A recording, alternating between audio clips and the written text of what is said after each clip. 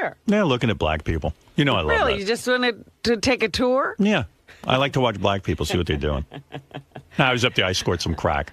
It's very good. Very high quality. Oh, my goodness. Can't get the good stuff down here. I had to drive through, and I was looking around. It reminded me of my old days in Roosevelt. You know, because Roosevelt was all black. And when I see all black people, I think back to my days in Roosevelt. And, you know, being alone, being the only white guy. And, But really, what were you doing there? I was coming back from Long Island, and it was the best way to get home. Oh. Best way to get home is go through Harlem. Taking the overland route. Yeah. You know, you check, you have a lot of gas, and car seems to be running reasonably well. Remember when I got stuck up in Harlem and with Fred? no traffic. Yeah. So you can keep moving. I like looking around from the car. I don't like walking around through black neighborhoods, but I like driving through them. I get the shakes otherwise. Sometimes I play a game, I laugh at the white people living there. Because once in a while up in Harlem even, you see a couple of white people walk by. Well, a lot of, you know what it's like here in New York. Yep. When all the real estate gets too expensive in the white areas. Gentrification. White people will go find good real estate in black areas. What's that called? Gentrification? Yeah. Yes. Well, they'll buy entire buildings. Yeah. But then you also have a crack dealer right outside your window. Yeah, but then that's eventually only it for a changes. little while, yeah. That's right. White people are creeping up into that area. Soon there'll be no more black people around there, right, Robin? That's right. That's right. Lily White. They'll change the name. Yep. My mom should move to Harlem because she loves a black community. She does. Harlem is the perfect place for my mother. Why did she never choose Harlem? Listen, I like Roosevelt, and I am not going to be scared away. Your father and I, we moved here, and believe me, it's a wonderful community, and if all these whiteys didn't move away... She called them white. Yeah, she hated white people. My mom saw them as all hypocrites, white people. Whiteys. Yeah. My mom would go up to Harlem. Hello, black people, I'm back. Back in the day, though, my mother used the word Schwarzes. Oh, she did? Well, yeah. Schwarzes. Schwarzes is a Yiddish word for black people. But I don't think but she wasn't racist. But then again, that's a racist kind of thing, right?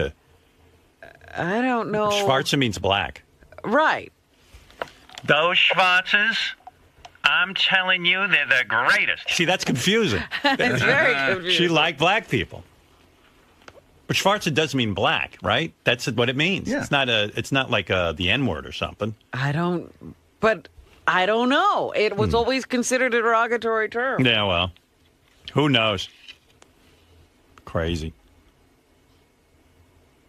Those, they used to have they had black friends too. Yeah. In the community. Like they had a nice time in Roosevelt. While I was getting beaten, because there were a lot of lower income black people, they found a few upper income black people and they'd go to parties. Oh, my mother was so thrilled. We're going to a Schwarzer party. That's right. Our friends are having a party, and you know when those Schwarzes get together, it's great fun. They dance and have a good time. But the only problem is, when the Schwarzes have a party, yes, they say, come at 8 o'clock, and you get there, no one is there. They're always late. Believe you me, it's a whole thing with these Schwarzes. And I'd be confused about the Schwarzes. But it was a whole thing. My parents would get invited to their friends. And they thought it was crazy that, they'd call the party for 8 o'clock. And then, people would show up at 10 o'clock, and it made my parents nuts, because you know how punctual my parents are. I mean, what's with these Schwarzes? They call a party for 8 o'clock, and no one shows up. And it was the same story after the party, because they had their black friends. So they had to stay there for 2 hours alone? They had their black friends, the Powells. Maureen is wonderful. She is into this community, believe me. She's on the school board, and and their other black friend was this guy, Bert Powell, and he had a black accounting firm. He was the largest owned black accounting firm. Uh-huh. And my mother was, Let me tell you, Bert has a Schwarzer accounting firm, and he can't find any black people to be accountants. That's right. He wants black people, but there's no black accountants. What are you yelling about? That's what he said. And let me tell you, it would be wonderful for black men to work at the accounting firm, but he can't find any. That's right. And I used to hear this after the black parties. It was a whole discussion. The whole discussion about black people, what time the party started. You know that whole thing about CPT, colored people time? Right. It was like, my parents didn't know about that, but it really was true. Like, no one wanted to start the party in time. But that's ridiculous. What party starts at 8 o'clock? But they would claim that the people wouldn't show up till 10 o'clock. Like she goes, I'm not rushing there. But that says 8 o'clock. But we're not going to rush to the party because no one is there. We're the only ones there, Ben. That's right. But what are we supposed to do? Well, we should go later. But I don't want to go later. But any party anybody has, it never starts at the appointed time. No, this was evidently, this was way later than their white friends. You know, come to think of it, I had Robin over. I had a party at my house. You showed up 2 hours late. We're sitting and waiting for dinner. My cat was operated on. Shame on you. And I didn't even get a message from you or anything. Now that I should take that up with you. I was trying to get there. Forgot I'm mad at you. I can't drive and talk to you on the phone. Oh my God. Whatever, you know what I'm going to do with you from now on? If I have a party, I'm going to tell you a 2 hour early. I'll still be late. No, that day I was really a mess. I like punctuality. And I remember I even drove myself. I didn't even think to get a car to get out. I just totally misjudged everything because I was so tied up with Shame on you. I know. Nothing matters to you. I was devastated by my cat having a kidney transplant. Well, still. How dare you call a party on that day? Always late. And I don't go for that. At all. Everyone said, is Robin coming? I don't know. I know. I finally got a message. Are you coming? Yeah, I mean, everyone wanted to eat dinner. You know, Robin, I got to tell you, I was sitting there. Oh, you were there? Yeah, I was sitting next to Howard. He was getting... You know how he is about punctuality. He was getting, I know that. But really... You know what? I was really fine until like about 20 minutes before, and I said, you know, because we were going to eat dinner. We were going to eat at 8, and it was like 8:05, and Howard was like, what's going on? Yeah, and by the way, we told everyone to be there at 6 o'clock. No, you didn't. For cocktails. Yes, we did. Cocktail hour. Get there at 6:30. 6 o'clock cocktail hour. It was 7. No. I you was were 2 hours 7. late. No. What? You got the same email that everyone else got. Well, then I misread it. Well, you always do. I couldn't believe 6. You always misread. She has a reading issue when it comes to parties. Well, whatever. I'm what am I gonna sorry. tell you? I was devastated because I knew you would be a mess about it. Well, listen, everyone else was hungry. In fact, I before you came, and it was already like 10 to 8 or 20 to 8, I said to everyone, listen, she's not here. We're going to start eating. And everyone was in agreement, believe me. Nobody was defending you. I mean, what am I going to do? I would sit there all night and wait for you? No. I like to go to bed by 10 o'clock. I was ready to wrap up the evening by the time you got there. You actually stayed up later that night. I did. But I left everyone just sitting in the living room. I just went up to bed. You're very funny. Yeah. I mean, it's enough. Everyone's got the gift of gab late into the hours. Not me. Midnight is about as late as I'll stay up. The other thing was I got lost. I almost wound up in bed with you. Yeah, all of a sudden, Robin was in my bedroom. Like, that was a mistake, right? It wasn't that confusing. Robin was in my bedroom. Conveniently. Oh, that was hysterical. God, you wanted it so bad. If you'd gotten in, you probably would have gotten laid. I was in there. I closed the door. You didn't get in the bed, though. I chickened out. You wanted, I could tell. Were you in your negligee at that point? No. I was going to undress in front of you. Can you imagine if you had gotten into bed? She must have been so wasted. She got lost in my house. She comes upstairs to my bedroom, and she opens up the door and gets in. How far into the room were you? Because I was asleep. I saw flickering lights, and I said, no, this can't be right. Flickering lights you saw? Weren't there flickering lights? I don't know. Oh, maybe Beth had candles on? Maybe. I don't know. But she was downstairs, right? Yeah. So then everybody disappeared by the time I got back to ask where I was supposed to go. You are a devil. You snuck into my room. Everybody was gone. I was like, oh, no, now I really don't know where to go. Were you disappointed? Okay, now you can do me. Were you disappointed that I was asleep? You really wanted it. That's what I said. Oh, darn it. He's already asleep. I have big, pendulous breasts. You don't think there was something to that? There are no accidents. That's right. 4 inches is fine. Well, you're gonna have to make do with 4 inches. I need a cock. That would have been funny if I rolled over on you and put it in. Wouldn't have been the worst thing that happened to you. Fuck my tight little pussy. All right, easy. No, yeah, she got lost. I guess you would have had a lot to drink because Beth found you wandering around. She goes, I just found Robin. She says, last night when I woke up, she goes, last night I found Robin wandering around up here. I think she was in your bedroom. I go, really? I knew she wanted it. That was funny. No. Because I was like, I don't think this is right. Look, again, my cat was being operated on. If the cat wasn't doing well, I wasn't going to be able to be there. Does that make any sense? Sure. The operation went on all day.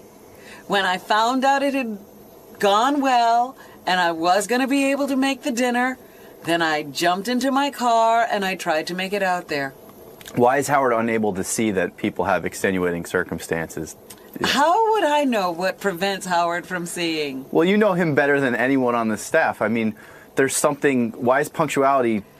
He says all the time he doesn't want circumstances or extenuating circumstances. He wants everything to be exactly how he wants it to be. Now that seems perfectly normal to me. And did you inform him of these, like what was going on in your life? He knew that my cat was being operated on that day, yes. So this lack And then I tried to jump in my car and get there as soon as possible. And there's no texting, phone call. I would have been breaking the law. Either I'm going to be later or I'm going to break the law. I decided to try to get there as soon as I could because I really wanted to spend time with him and all the other people who were going to be there, and I did enjoy the evening. So it was worth the rush? Yes, it was. But Howard... I'm sorry that he was so perturbed. Here's Lisa G. Oh my gosh. So hot in here. Wow, it's like my apartment. It's like 190 degrees, right? You know what? It's a completely different temperature in here then. Yeah, it's just making me sleepy. Hi, what's up? Gary Dell'Abate might become a local government official where he's lived for nearly 17 years. Really? Gary's been nominated to the Board of Parks and Recreation and wants to get involved to better the town's playing fields. I started out as a coach. I'm an alderman. I'm an alderman. Alderman Dell'Abate. That guy, he's so fucked up. Do you know that, Gary's got the new Android phone, and they couldn't load Lotus Notes on it? Do you know what the reason was? Why? After days of trying to figure out, it came down to he has an apostrophe in his name. And it threw off the whole fucking computer. You're kidding. It threw off the whole... That D-E-L apostrophe. The apostrophe capital is pivotal. B-A-T-E. So that stopped all the things from happening with Lotus Notes. Because no one has an apostrophe in their name. Except for Gary. Wow. And it threw off the phone. And I keep saying to Gary, I was thinking of switching my BlackBerry to the Droid. I go, Gary, how's that Droid? Now you got the Lotus Notes on there. You got your email. Well, I don't know. I just got, they just got it working over the weekend. I've only had it for 2 days. I go, well, what's the verdict? Should I get it or not? Howard, I don't know. I don't fucking know. You sent me an email on Saturday what a dickwad. At 11:30 a.m. Yeah. The phone arrived at my house at 11:02. Yeah, but I asked you this morning. You've had it for 2 days now. How do you like it? You can't answer the goddamn question. I'm telling you this right up front. Big tooth. I'm not going to make a determination for you till I've used it enough, because I'm not going to listen to you for 2 fucking years going, oh, Gary recommended I just asked. I'm not blaming you. I just asked. Of course you're going to blame me. What a dick. If you don't like it, you're going to fucking blame me. And this asshole has seen the Black Swan, and he had a copy of it, and he didn't let me see it. You have a copy of it? Yeah. What a fuckhead. Like he got one of those Academy screeners or something. I told you about it. Yeah, but why wouldn't you give it to me? You said, well, Mary lent it to a friend. I'm like, fucking give it to me. Why does Mary's friend need? You suck. Wait, hold on. I don't know what you have and what Ask you me, don't have. and I'll let you know. And there's another reason why. And you do know what I have. Then there's another reason why. What? I'll talk to you about it off the air. No. Okay, fine. Because there's a reason. I'm running for alderman. That's right. I'm an alderman. Are you a member of I'm SAG? supposed to fucking read your mind? Yeah, you know what I get in the mail. I don't know what you get. In fact, you have so many movies that I don't know about. They go directly to you now. They never come through this office. Yeah, because I don't want you to know now. Exactly. But you should ask your boss. Everything is for your boss. Remember that. Your life is your boss. Wow, you have a screener of Black Swan. Yeah. He had a screener, and I go, well, dude, why didn't you give it to me? What other movies you holding out on me? I don't know. I can't evaluate my phone after 2 days. You, and I'll explain to you during the break. You know, I'll talk to you about it during the All break. right, thank you. Who cares? I Howard, don't know. All I know is I can't evaluate my phone after using it for 2 days. Not I for haven't even you. had it for 2 days. I fucking got it back in the mail at like 11 o'clock on Saturday. Dude, you don't know in an hour whether you like it or not? No, I don't. Okay. I don't obsess over it like you. I was. Fuck. All right, so far, do you like it? I gave him what I thought of it so far. And What have you done with the I said, phone? I love the screen. Right. I love the screen. I'm not crazy about the buttons. The but keyboard? It's better than the buttons on an iPhone. Is it better than the buttons on the BlackBerry? No, I told you that. It's not better than the buttons on a You button. didn't tell me that. I did, Howard. That's you want a me to read the major- email? You want me to read you the email and embarrass you? Yeah. I said. Find it. Hold on, I will. Good. Turn off his mic. Scott DePace has a screener of the Black Swan, too, now. Turns out. Really? You're kidding. None of these guys ever... I'm the reason they work, and they don't even I offer it to don't me. watch if that fruity you're- movie. if you're a member of SAG, you can download it. I am a member of SAG. You didn't get that member. postcard in the mail? Yeah, but I don't know how to download it. I just want it. Just They send got it to me. screeners. That's easier. Yeah. That would have been a nice thing. If my guys would, if they have it, offer it to me because I'm their boss. I've seen it, but I love this movie so much, I'd watch it on DVD. See, I would have lent you my copy. It's a great movie. See, what Yeah. other movies do I have? You want me to read it to you? I'm not gonna Read it. Okay. Just started playing with it today. They only fixed it yesterday. Initial thoughts. Love the screen. It's way bigger and sharper than the BlackBerry. The keys are big, but a little weird because they are flat as opposed to the beveled keys on the BlackBerry. Oh. I think this is just a learning curve, and they're certainly better than the iPhone. So in the hour that I was able to play with it, I gave you that. Yeah, so now that you've had it for 2 days, how do you like the keyboard? Yeah, but Did I you wasn't get? really What I used- want to know is, did you get used to it? I have not gotten used to it in 2 All days. right, that's what I want to know. You fuck. Now you have time to be an alderman? What the fuck? First of all, I'm not an alderman. I like Fred makes up names and then it becomes a fact. I you don't made have up enough- that name. You don't have enough work to do, is what I've decided, since you're now going to be on the government. You want to know what it is? Alderman Bowie. Let's see. I coach. I'm also on the government. I'm on the board of Parks and the head of the Recreation. Parks and And I'm too busy giving my boss a copy of the Black Swan. Okay, who stole third base?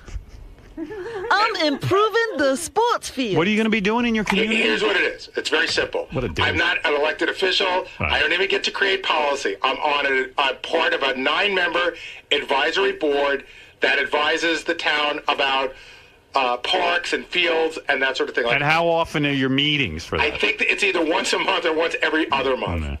This is the start of my political career. I would like to see This new is how Jack bleachers. Kennedy got started. Bowie for president. I'll tell you, I know the dog catcher personally. Wow, Gary, you're a power broker up there. Is it so wrong to want to be involved? You make fun of me like it's being. Just be more involved at work I'm very involved at work. and be with your boss. This is a stepping stone, You don't bro. even want to be with me. Think about it. I sit on the board of Lifebeat. Now I sit on the board of my local government. I'm becoming a real player. Who knew that someone from Uniondale, Long Island would one day go to Delphi and grow up to be on the board? This is an appointed position. That's right. Eventually I'll be elected. I don't set policy yet. Not yet, but today I advise Parks and Recreation. Tomorrow I'm working for the sewer department. Tomorrow I'll be drawing up the state budget. I hope to establish an arboretum in my hometown. I wonder if I'll ever get used to the keys on my Android. They aren't beveled. I didn't get used to them in 2 days. I told you they're not beveled. Well, at least it's better than the iPhone. I got to tell you, Gary, angling to be some sort of politician now. I think so. I think this is the start of Councilman Bowie, Yeah, Councilman Delabate. then Governor Bowie. And then finally, Ask not what your apostrophe can do for you. Okay. you know your email wasn't. President Bowie. Did you know your email wasn't working because you had an apostrophe in your name? Well, that's what they told me. But Yeah. but see, that's the Lotus Notes. That has to do with Lotus Notes, not with the Android. And I've been on Lotus Notes for 15 years. They know how my name is spelled. Yeah. But I promise you, I'm not angling to be a politician. But it's already, and I'll tell you why I can't be one already. In the paper, they did a big article about it, right? Which I thought was bigger than they should have. But there's a big picture of me signing books at a book signing. Right. Well, that's nice. I go on the internet. Steve Langford goes, as you've seen on the web. I go on the web, and there's a picture of me in full color with a stripper wearing next to nothing. Wow. And I'm holding my book. Yeah. It was like, and it was totally embarrassing. And Steve goes, "Are you angry?" I'm like, you know what? If you take the fucking picture, it's going to turn up somewhere. That's right. I was with Lonnie. Always takes 1,000 pictures, and I go, they never end up anywhere. Now they end up with me running for whatever. You're never going to be president. I'm telling you. I don't know. There'll be one day where they say, at one time you couldn't be Catholic and be president, and now this man is been with strippers and he's president. It you go. didn't stop Schwarzenegger. That's right. Schwarzenegger's been in a lot of provocative. Schwarzenegger been in cop. He smoked dope on a film. Don't you have to go to Guatemala and ignore the people and not eat their food? I am part of Parks and Recreation. I'm part of 9-people panel who's going to work in their community to advise them on parks and recreation. Okay, on the agenda tonight, picnic tables. Should they be white oak, balsa, or Canadian redwood? The senior center needs new trees. Do we have that in our budget? Except there's too many old people in the senior center. I think our town needs a hard-to tennis court. Although some people have expressed a desire for the clay court, and I believe the green grass court, except green grass requires too much chemicals. What is he doing, by the way? I mean, like, what's Gary doing? What are they going what's- to be doing? Really? What is he? He wants a volunteer to He wants to be involved. in the community development. Yes. It's just the parks. Didn't you used to There's be on no- your, there's didn't you no used to be on ducks. your, wait, What? didn't you used to sit on your condo board? No, actually, no. I thought you did. I was. They needed a name to be on the condo board, but I didn't go to the meetings. And you're involved. No, I wasn't involved. No? Okay. I stand corrected. That's why I'm not on it anymore, because I didn't show up to any of the meetings, which is exactly what you should be doing. By the way, the person who wants the statue of Nathan Hale in front of the rec center, I'm against it because Nathan Hale was a shitty spy and he got executed, so therefore he should not get a statue. Well, it's weird because, like, I had to go to the first condo meeting, and I went, this is like taking 2 hours, and you know what? I have a pretty important job. I could be home reading a book or watching something that I can talk about on the air. This is for somebody else. Yeah, this isn't for a guy with a job. This is for a retired person. Well, Gary's particular interests are the playing fields. My boys all play sports, and I want to give back. I love these playing fields so much. Playing fields are important. We saw how Gary throws a ball. You can see why playing fields are so important. No child should grow up like him, unable to throw a baseball. I'm helping all the kids for the future. So how many, is he going to go to the meetings and advise them? Like, what does he know about it? What does he know about any of this? He's not. There should be playing fields. That's what he'll throw into every meeting about a park. We should have a playing field where they move all the pitching mounds closer to the plate so that the pitcher can reach the plate. It's too far. All right, we're taking over this property. And we should also that was expand the donated, strike zone. And we're making a park. There should be playing fields. I think when the kids throw a pitch, it should be allowed to go over the batter's head. What do you think's more important, playing fields or black kids making movies, Robin? Black kids making movies. What does that do? More can do it. But she's not making the movies. You're going to be on the planning board. I'm not making the. No, but you got to go to meetings. Yeah, Robin has fundraisers. Everybody's doing something. Well, everybody but you. That was one night. You're going once a month. I'm not doing anything. Believe me, I get your emails. It's way more than one night.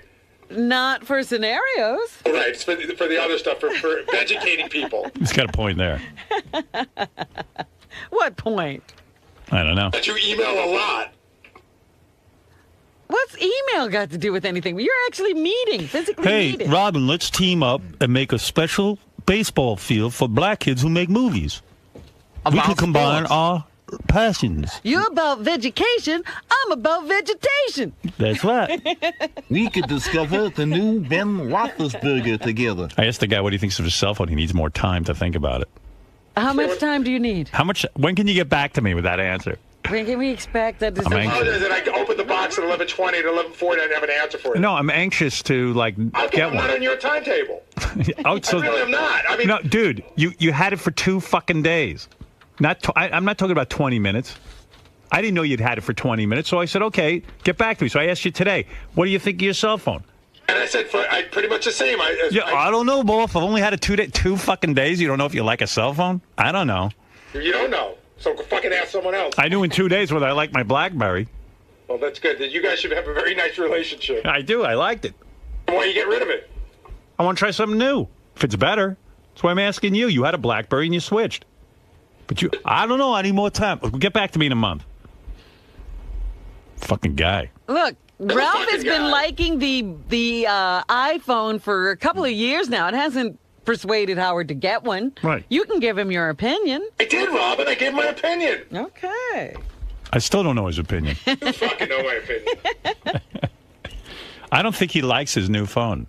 He's saying he likes it, but I don't think he does. No, I do like it, but I really am hesitant to recommend anything to you because I'm All right, if it wasn't me, it's Fred. What are you going to say? Fred, definitely get it. Get it. Okay. Fred's an iPhone guy. All right. Right. But Verizon's coming out with an iPhone, so that'd be a good choice. Don't get the first version.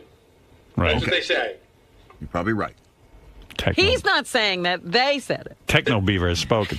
Gary. Yes. So how does something as simple as a cell phone recommendation turn into this entire rap about you being an aspiring politician looking to make all these policy changes in your town? Listen, they all come together, but as far as the phone is, he's very impatient. When he gets his mind on something, he wants it like now. So I mean, he wants me to say either it's bad or it's good.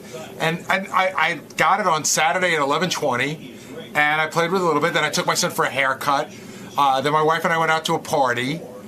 Then yesterday I was having a game, and I took it around, and I had played with it a little bit. And so in the less than 48 hours I've had it in my hand, because I still haven't had it in my hand for 48 hours, in that amount of time he asked me this morning, and I said the same thing that I told him. I still haven't had it for a long time. I love the size. Here. I love the size of the screen. The keys are a little funky to play with, so I'm still using it. In other words, I haven't typed on it for... I didn't get it and just typed for 10 hours. And he wants an answer. You mentioned that Howard would sit there and obsess over something like that until that's all he would do was sit in his apartment and play with it. I have other shit to do. Including this new board that you're sitting on. I haven't done a thing about it yet. Hasn't taken a second of my time. Now, obviously, Fred, he brought back the Sharpie marker. Yes, he did. did. It was a throwback ball bust today. But during this process, they sort of take the storyline and run with it. Do you really, truly have any type of political aspirations? None whatsoever. I have no political aspirations. I thought it would be a fun thing to do. I was asked, and it doesn't take a lot of time, and I think I sort of had some knowledge in the area. It's about getting fields for the town is one of the aspects of it, because I've coached a bunch of my kids' teams, and I know where they should be or where they're lacking and that sort of thing. That's all it is. Now, Howard, also questioned you. You said you want to be more involved. What about being involved in the community does Howard not understand that that you all do? Of it. But what's great about it to you, in your opinion? Well, if you can make things better in a place where you live, that you would try to do that. I would think that most people would try to. If you can help to make things better, you would try to do that. But this in no way detracts you from your task at hand, which is being the producer of the Howard Stern Show. Everything that's me not being here detracts from me being here in Howard's mind. He forgets. Sleeping detracts from me being here. I was actually thinking of tweeting. I was thinking I was watching the football game, and I had a lot of thoughts during the football game last night, the Jets and Pittsburgh. Mm-hmm. And so, like, I was like, and then my dog Bianca was wearing a terrible towel. Yes. I was all dressed up in the terrible towel, and I thought it was funny. I'd put it on a tweet if I had such a thing.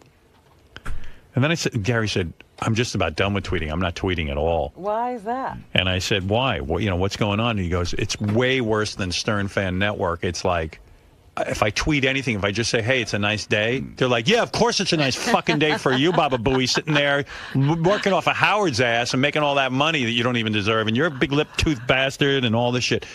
I said, "You're kidding." He goes, "No, because," I said, "Can't you just tweet without anybody commenting on it? Like, you don't have to see the comments?" He goes, "No, that's the whole thing." Well, you can, but you know what? You sit there and you go, I'm not going to look. I'm just going to tweet. I'm not going to look. But of course, then people are commenting. You want to see what they think. Right, because you get notification that you've got comments. I think I want to follow other people's tweets at least. Steve Martin is a great place to That's start. what I heard. Really funny. Steve Martin's really good. A lot of comedians are pretty funny. Some people just promote. Some people do their whole day. Some people, like John, was really into following Miley Cyrus because it's such minutia and such I'll her have bullshit. Paris Hilton and the Kardashians just to see what they're up to. Do I own my name? Like, if I go on as Howard Stern, like, does somebody else have it? Probably. I'll have to go take a look. All right. Like I just had a guy kicked off. I'm verified, so my name on Twitter is Robert A. Bowie because Baba Booey was taken. Right. And the guy. So why don't you just be Gary Dell'Abate? I don't know. So the guy because I wanted to make it easy. I'm like, Baba Booey's easy. So the guy. But Robert A. Bowie isn't easy. It's not, but it's the only thing I could get. So the guy. So be Gary Dell'Abate. That's easy. Okay, I'll be Gary Dell'Abate. Yeah, no, I'm serious. I know you want followers. Well, I was trying to do. So anyway, he's Robert A. Bowie. Who's going to find him? I didn't know he was Robert A. Bowie. So how would I follow? How would I know that? Because I say it on the air. Oh. How would you know it? So anyway, this other guy that was doing Baba Booey, it was Baba_Booey. Like, at first, I was like, okay, he's being like a bit of a dick. It's funny and everything. But then it was like, he was saying like terrible things and people were starting to believe it. He was like saying bad shit about you. And people were writing like, Gary, you're going to get fired. Why you be such a dick? So don't. So I had him thrown off. So what's going on? So like if I Twitter. What'll happen is if you Twitter, here's what will happen. I would put out some pictures yesterday. Here's what will happen. Very quickly, people will realize that and you can't ask them to do this, but they sort of figure it out. You get verified. And verified means Twitter saying, we know for a fact this is the real Howard Stern. Yeah. Oh. And then once you're verified, all the other stuff's bullshit. Yeah, you know what? Maybe I'll just follow people. Well, there are some people who do that, and then, there are certain Twitter followers who get angry at that. Don't be one of those dicks who just follows other people and never comments. Yeah, what are you just sitting there for? You got the fucking name. Don't be a dick. So what do people write you when you Twitter? Oh, horrible things. Yeah. You know what? Let me go to my office. So like anything you say is like no one has anything nice to say. Hold on. What is it, JD? Well, just yesterday, someone I tweeted something about Kimberly Kane or something. I can't remember. Who's that? A porno star? That porn girl that I went to the AVNs with. Yeah. And the guy called me a loser, saying the only reason she went out with you is because of the show and this and that. I get a bunch of shit like that. Right. So they want you to tweet, and then when you tweet, they fuck with you. It's like you tweet something funny or whatever. Fuck like that, fuck man. you. I ain't going through that. You got to pay me to go through that. I just looked it up. Howard Stern together is suspended.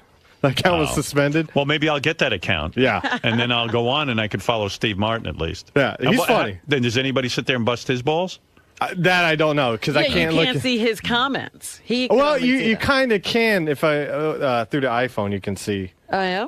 But I haven't done that yet. But he's funny. I don't know what you're talking about. Now, here's one. This is about the game. I was tweeting about the game. Yeah. I was like, too bad the Jets. Guy says, you'll never have a winning team. You're Baba Booey, A.K. McKine. Bring back Elegant, you piece of garbage. Wow. Yeah. You piece of garbage.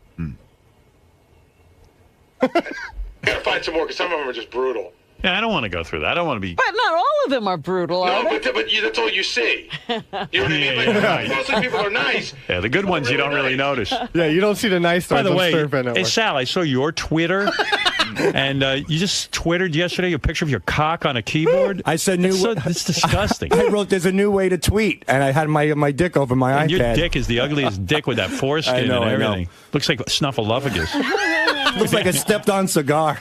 And JD was even like, hey, I don't ever want to touch you. Well, you know what? Like you guys were saying, there's so many dickheads on there. I love doing shit like that. I love pissing off the people that piss everybody else and off. Sal was tweeting like, what happened? Your wife made you take down that picture? Because she doesn't even know about all that stuff. You had a picture of her like sleeping and then her feet. And, I went out Saturday night and I got really fucked up big time. So I was just typing all my aggressions out. And oh my God! His tweets. I mean, I'm just doing this off of memory. But So these are drunken tweets? What one of Sal's? Yeah, Sal's tweets. Listen. What, Gary? Something like, I'm on my way home. I'm going to slip my finger in her wet pussy. It was like really gross. I don't know what I wrote. It's like, it's like, and your point, Gary, was that like, hey, you're married. You're bragging you might get laid. Yeah, it's like, what did the Polish guy say in his honeymoon? I could have fucked her. Like, you're going to brag you're going to fuck your wife? No, I wasn't bragging. I was actually being sarcastic. I didn't get that. Sarcasm doesn't come through in your tweets. Yeah, I know. It just comes off weird. But like Sal's like, yeah, I'm going to get some pussy tonight. I'm like, well, yeah, it's your wife. You maniac. Right there, you should know it's sarcastic if it's my wife. And it's like horrible things about his marriage and his life. No, I don't know what happened that night. I got really messed up. I can't even follow it. I kind of blacked out.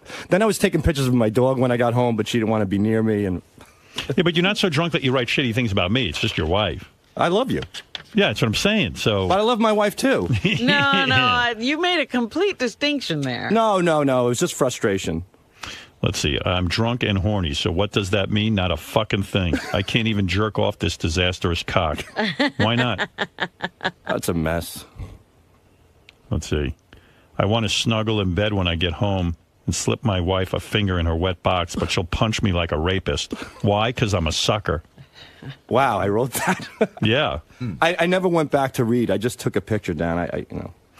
Leaving Brooklyn to get home. Ian the cheap Jew is driving me home. The prank call guy, that's how I refer to him. You're unbelievable. I like how you call people like cheap Jew. No. And you know what? It's You're a reference. The cheapest guy. You don't even chip in for gas when Brian Phelan drives you in every day. Hey, Howard, it's a reference to Cheap Jew because of the prank call. That's what we call him. It was a reference to him on the show. Hey, Howard, can I read you one? Yeah. Tiptoeing in house. Thank God she's asleep, or she would throw me in an oven like Hitler.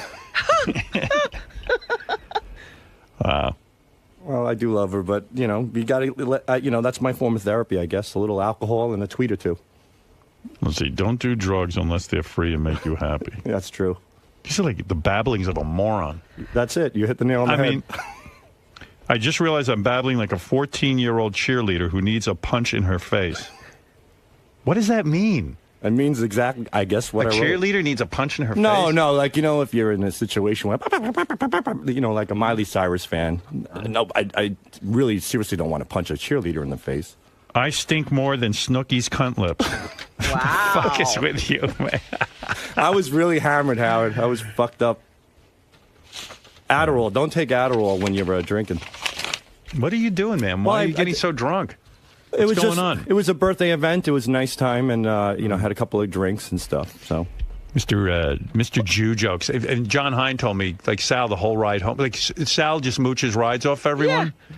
And the whole ride home to John Hine, he's always making Jewish jokes. Really? No, meanwhile, John Hine plays Gets the Black Car with me. So John Hine's guilty, too. Gets the black car? Yeah. Like that. When we're driving down the highway, if we see a piece of shit car, we make a bet. Is it a Jewish person, a black person, or a Puerto Rican? And John came up with this game. So we play Gets the Black. Like if you see a beat to shit maroon Toyota missing 2 hubcaps, I go black. And John might go Puerto Rican, and John's pretty good at it. He's been playing longer than you. Yes. I'm looking at these tweets, and it's like Sal misspells the word retard. He spells it R-E-Y-T-A-T-D. And I'm like, you're retarded. Lots of alcohol. And how do you determine a Jewish car? Mercedes. It's a dunk shot. But how can you tell if someone's Jewish in the car? What is there, a big swastika? I mean, a big, what do you call it? Big Star of David? No, a big Mercedes emblem right on the back. Yeah, but how do you know they're Jewish? When we pull up, sometimes you can figure it out. I don't want to go. I'm not saying. It's just you're boring. Goodbye. That's just so stupid, that game. I didn't make it up. All right. Thank you. He's so annoying, and his big picture of his cock.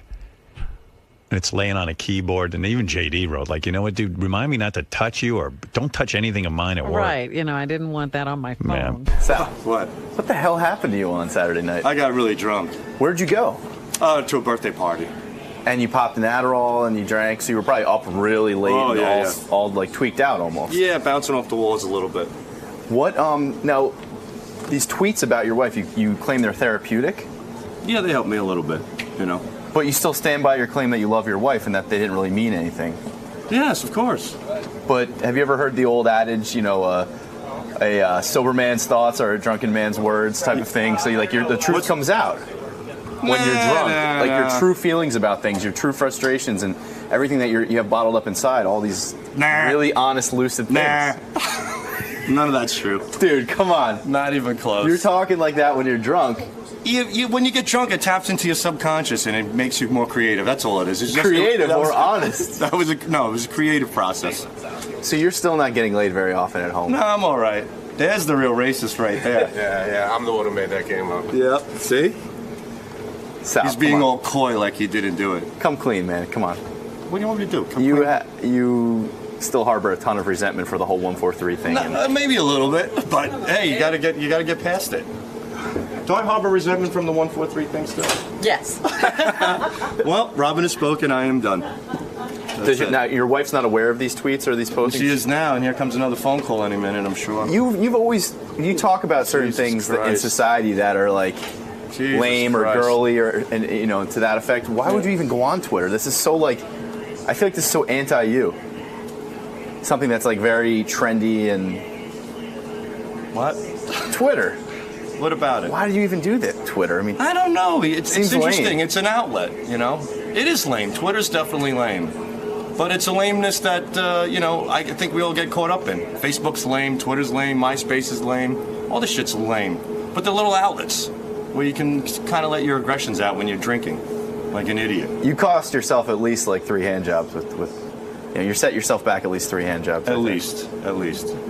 I can't wait to see what my next tweets will be because of these tweets that I got in trouble over. When are you going to learn, buddy?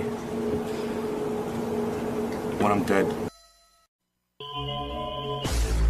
A note from Doug Goodstein from the Howard TV guys. They covered it. Oh, did they? Yeah. I wondered if they were, treating this seriously or if he was going to have a TV crew following him. I asked Ronnie about it, and Ronnie got an audition for some sitcom. But now it's sounding like strange to me. First, I thought they were giving Ronnie his own sitcom, and now it sounds like he was auditioning for one episode, and that they called a whole bunch of other people from the show to audition as well. Like Richie Wilson ended up auditioning, and Rachel. For the same part, Ronnie was auditioning for, a different other part. parts. Yeah, it sounds like it's. They're stacking the deck. They're stacking the deck, and it's like a promotion to get our fans to watch the show. Right. So I don't know. I was hoping for the Ronnie sitcom. Well, yeah, the other day when we were talking to him, I couldn't tell because at first it sounded like this part was written for Ronnie. Yeah. And then he started talking about having to go in and audition. And I thought, well, that's odd. Here's the notes. This was a quick audition for a show called Wheels. Richie Wilson and Rachel Fine were also at the audition. Rachel and Richie ended up auditioning. Richie is... What is he, a cameraman? Yeah, I don't even know what he does. He's on Howard TV. Right. And so they said, a few weeks ago, Ronnie sent out a tweet saying that Wheels is looking for more people to be cast in the show and attached an email address for people to send photos to. They don't know how to get people to be actors? No, they needed Ronnie to help. All 3 of them got in an early audition, which was all shot by Howard TV, and the video will be loaded in the morning. Ronnie's auditioned solo. Richie and Ronnie auditioned together. Dude. And Rachel auditioned solo as well. Dude. What is it, like a whole Howard Stern show episode? Here's what happened. Nobody knew anything about this except me from the beginning. Right. They contacted me through Twitter a long time ago, back in April, about this. Okay. So they put a thing out on Twitter, an open audition for people to come in and audition for the show about 4 weeks ago. Right. And people were to send in headshots and, stuff like that. And that they would call, by invitation only, by email, to come in and audition. So a whole bunch of people got emails to come in. So how did your audition go? It just happened that Richie and Rachel got the same night. Now, how did your audition go? I thought it went really well. And now, is it for one episode, or would your character... No, for the whole thing. You're a character, a regular character.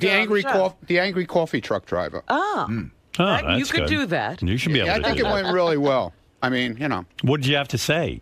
It was like I was talking to another, like a salesman would come to the coffee truck, say. Right. And he would ask, like a new guy came, a new salesman come to the truck and he would ask what the rules are with the coffee truck, and I would say to him, the rules are. You don't ask me for credit. You don't ask me for cash. You know, you pay cash. You don't. If you touch it, you buy it. You know, that kind of stuff. And I thought it went pretty well. Now, you are an angry kind of guy in real life, but are you able to become a character like that? Did you summon up the anger from somewhere? Yeah, I think I did. And did they indicate? Because I got in a fight with Stephanie before I went there, so I was really dude. Okay. What were you fighting about with her? Just stupid shit. What's stupid? What are you doing? It was a stupid thing. Got yourself a nice young girl. Yeah, no. It was cool. What'd you fight about? We had a little argument. What was the argument? A normal argument I'm about curious, something. What do you argue with her about?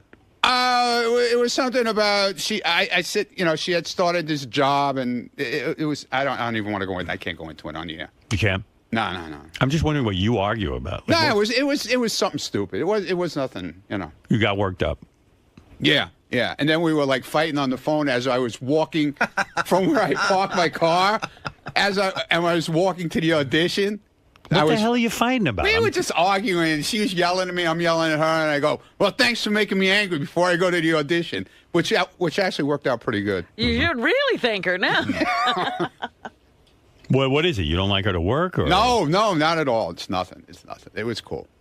What do you think he's fighting with? Everything was fine, I'm trying man. to figure it out. If I don't know, does he not like the kind of job she took? She's got a great job. What she was wearing? You think she's like? No, it was nothing like that at all. Nothing like that. Nothing. Anyway, it says here in my notes, Lisa G was supposed to be there at 7 o'clock for the audition. At 6:45, she contacted Ronnie and said she was going to bail out. Yeah, well, she texted me, and see, originally the audition was scheduled for 8 o'clock. 8 o'clock at night. 8 o'clock at night. Then they said they would start earlier. So I text her. Now I know she lives in the city. Right. I text her at 20 to 7, and I said we're going to get in earlier, probably around 7 o'clock in that area. Right. So they took us upstairs about 5 after 7. At 6:50, she texted me, said, "Sorry, I can't make it. Good luck." Oh. She bailed out? She's the newswoman. I don't know. I have no idea what That's happened. a big story, you auditioning for a sitcom. I don't know what happened. Howard TV was there at 6 o'clock waiting in the lobby. So that's all I know. The guys wrote, it seems as if she was inconvenienced to do the shoot. Well, if Ronnie gets the sitcom and it takes off, Howard 100 News won't have been there at the beginning. That's right. What's with Lisa G not showing up? I don't know.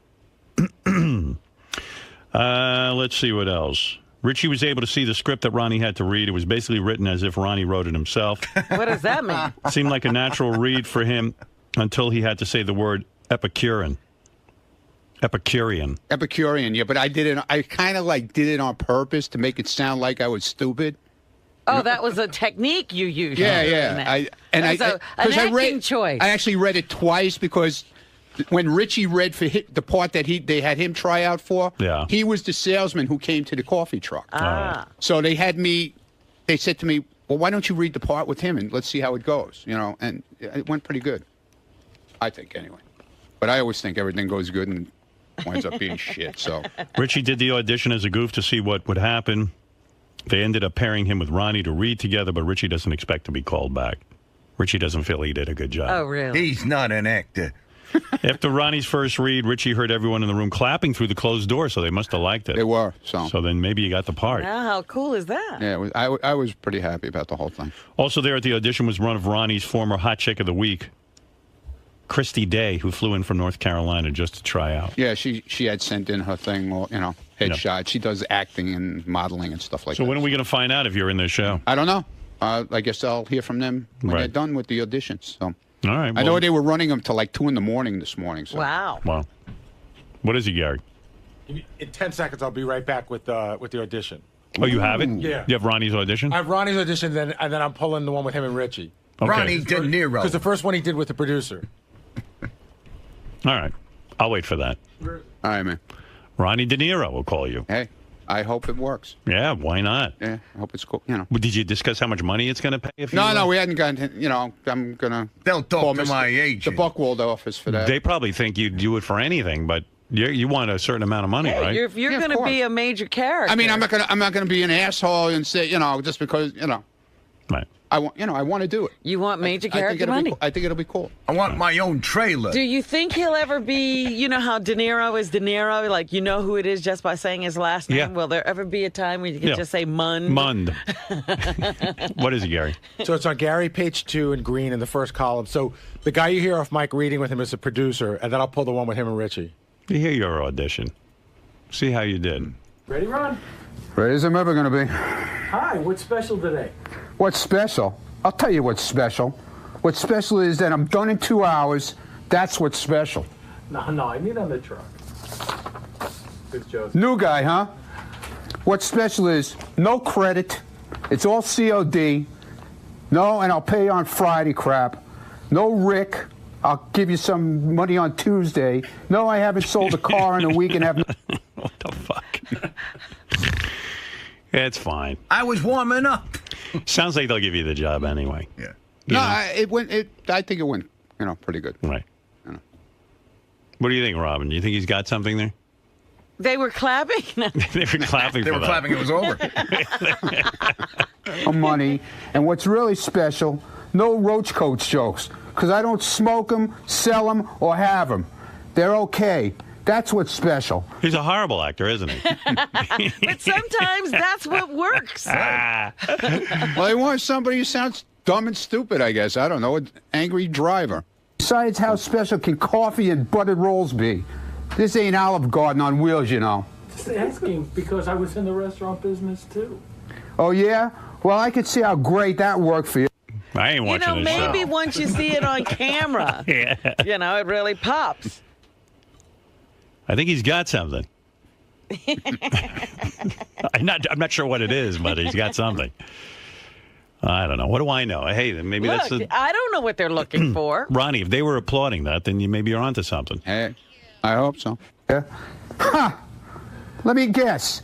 You had some fancy place somewhere with tablecloths and candles, that real expensive shit most people couldn't pronounce.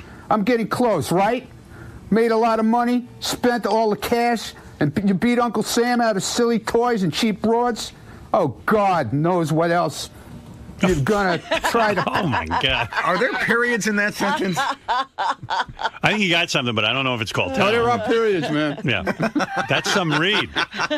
Maybe he was a little... It is a read. Were you a little nervous? Yeah, a little bit, yeah. Little bit, Of course I was nervous. Sure. Pulled some Zagat into protection bullshit. What? What did he just say? Zagging in the what? I don't know. Wait, let me back that up. I mean, cater truck cuisine, right? What? The protection. Sam out of silly toys and cheap broads. Oh, God knows what else you're gonna try to pull some Zagat into protection bullshit. Into the I don't know what that is. That's. You think it went well? Yeah. You think that audition went well? Yeah, I think it went well. You didn't even fucking say in English over there. Yeah, well, that's the whole idea. Really? That's the whole idea of it. They wanted me to sound, Well, you definitely just sound dopey. That's what they want. They want. Does that even sound like you're... Well, all right. Well, I don't know what they're looking for. I don't know. Maybe that's not what they're looking for, but that's what they told me they're looking for. I was going to say, they gave you some direction like that. Yeah, because I met with these guys about a month ago. Okay. At a restaurant. Did they give you the lines in advance? No, there was Well, a why didn't they do read. that? Because they wanted me to just come in and read it. And see how it went. Well, they gave it to me 5 minutes before I walked in. So you didn't get to memorize it or anything? No, I was just reading it off the paper, About carrying cater truck cuisine, right? What? Carrying so what? What's catering truck cuisine? You can't even fucking say it. I was cuisine. doing catering truck cuisine. I was doing it on purpose like that. No, you weren't. Yeah, I was. You're having trouble. No, I wasn't. I did it on purpose. Bullshit. I'm telling you. Don't bullshit. I was wasn't my true bullshitting. line. I wasn't bullshitting you. Ronnie. Ronnie. Dude, I'm not bullshitting you. Gonna be. Just coffee and a piece of fudge over there. Fudge? Where the fuck do you see fudge? There you go. That's Ronnie. You really... Mastermind? Well, Wolfgang, fudge happens to be mushroom truffle casserole. What?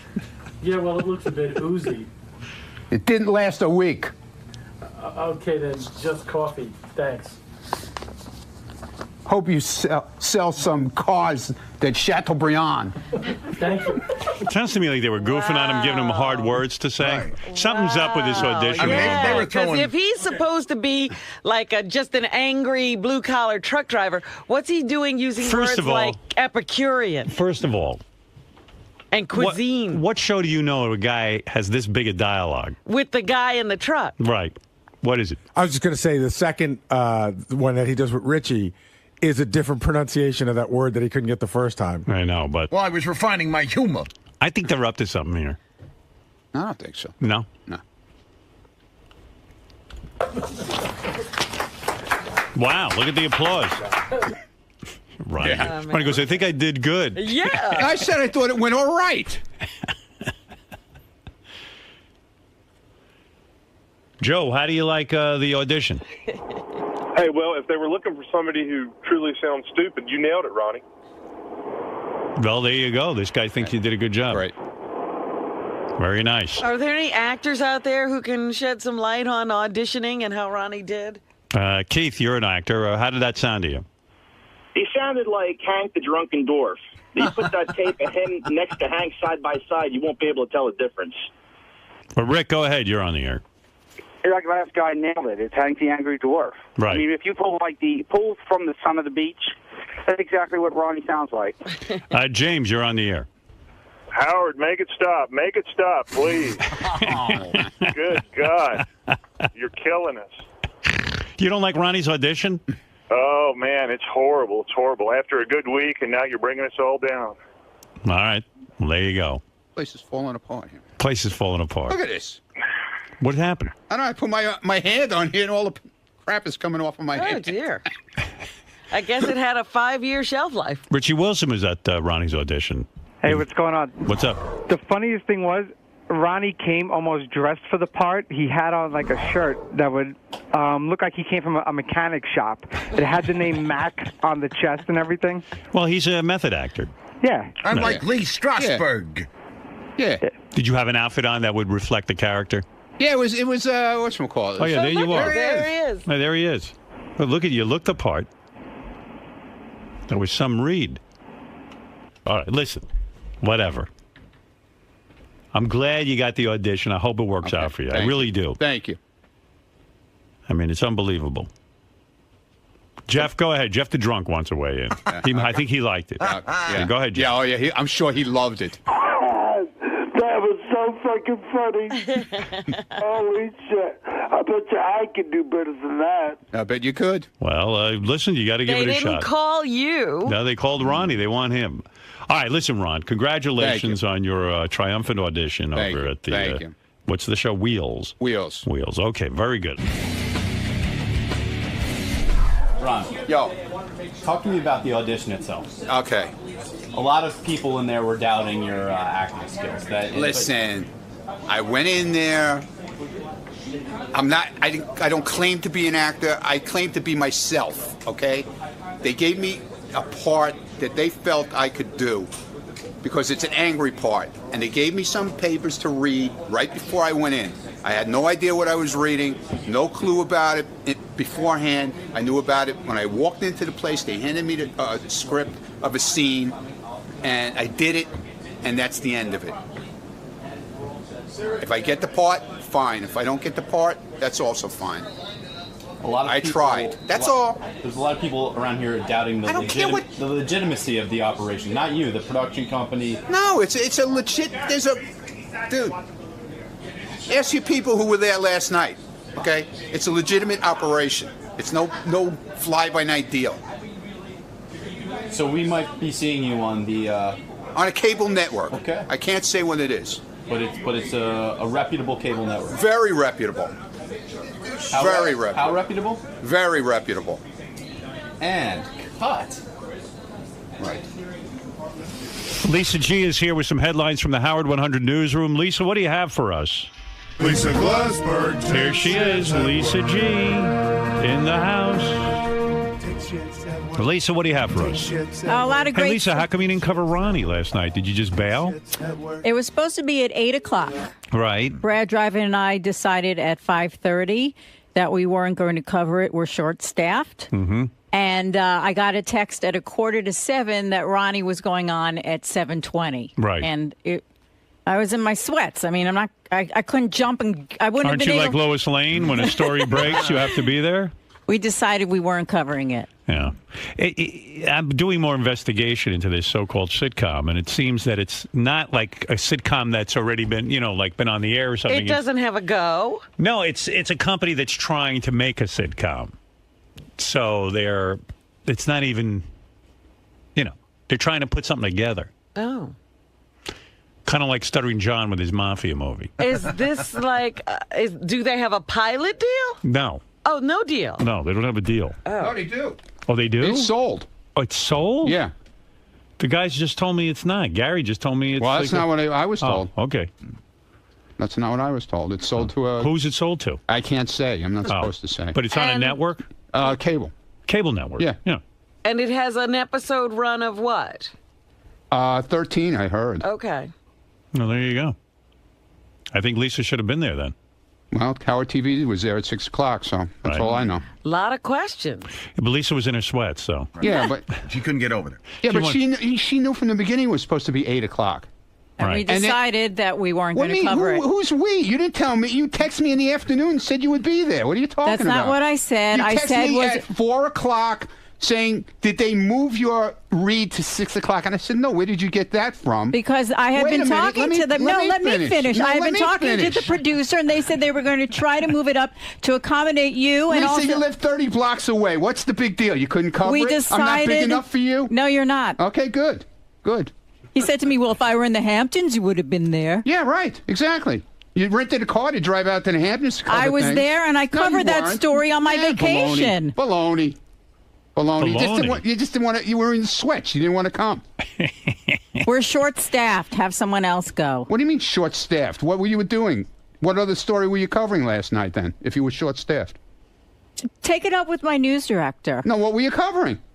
You It said was- you were short-staffed, so that means I you said must have we been, are You short-staffed. must have been covering something else then. Yeah, my job here during the day. Okay. What about everybody else goes out at night and covers stuff? Good. They win. I went and did. I had to be up at 3:15 this morning. Well, next time have the audition in the Hamptons, and I'll go. Okay, great. All right, there you go. Lisa G having it out with Ronnie. Ronnie upset his audition not covered by the news That's what department. it is. He's upset he's not you. Exactly. Right. Exactly. Are you upset that you're not me? Wait a minute. You can cover Benji walking down the stairs with a horse head on like a horse. I didn't cover that. That the news department can cover that. We covered Benji sabotaging Anthony Weiner's press conference. Good. That was a great news great. story. That's good. I'm glad to hear it. Like I said, I'm not big enough for you. No, you're not. That's good. Lisa's so cute. Yeah, she's so cute. You're not. No, she's just lazy. That's the whole deal. Right. What if Ronnie dresses as a horse? What? What if Ronnie dresses as a horse? Oh, she would have been there. Oh, definitely. If I was walking on all Lisa, fours. what about that, though? Is Ronnie right in a way that you're lazy because No. you didn't cover the news? No. You just felt he wasn't an important news story? No, we're short-staffed. I see. What is it? I don't get that. What that means? I still don't get it. There's one person missing. That's Steve. it. That's Yeah. it. Yeah. That takes down the whole department. The whole That took down the department whole news department. falls to shit now. Talk to Brad Driver. He'll explain. I did talk to Brad Drive, and he put his hands up like, I don't know. Well, why didn't Brad cover it then? Because he doesn't cover stories. No. He's the news director. I didn't ask Brad. Brad, she was in touch with me in the afternoon. Right. And when well, I she decided she Hold had to on. pick and choose her stories. When She I decided told, you weren't when I important. said to her, You got your audio. hold on. When I said to you in like 3, 4 o'clock in the afternoon when you text me, did they move my thing back to 6 o'clock? And I said, no, where did you get that from?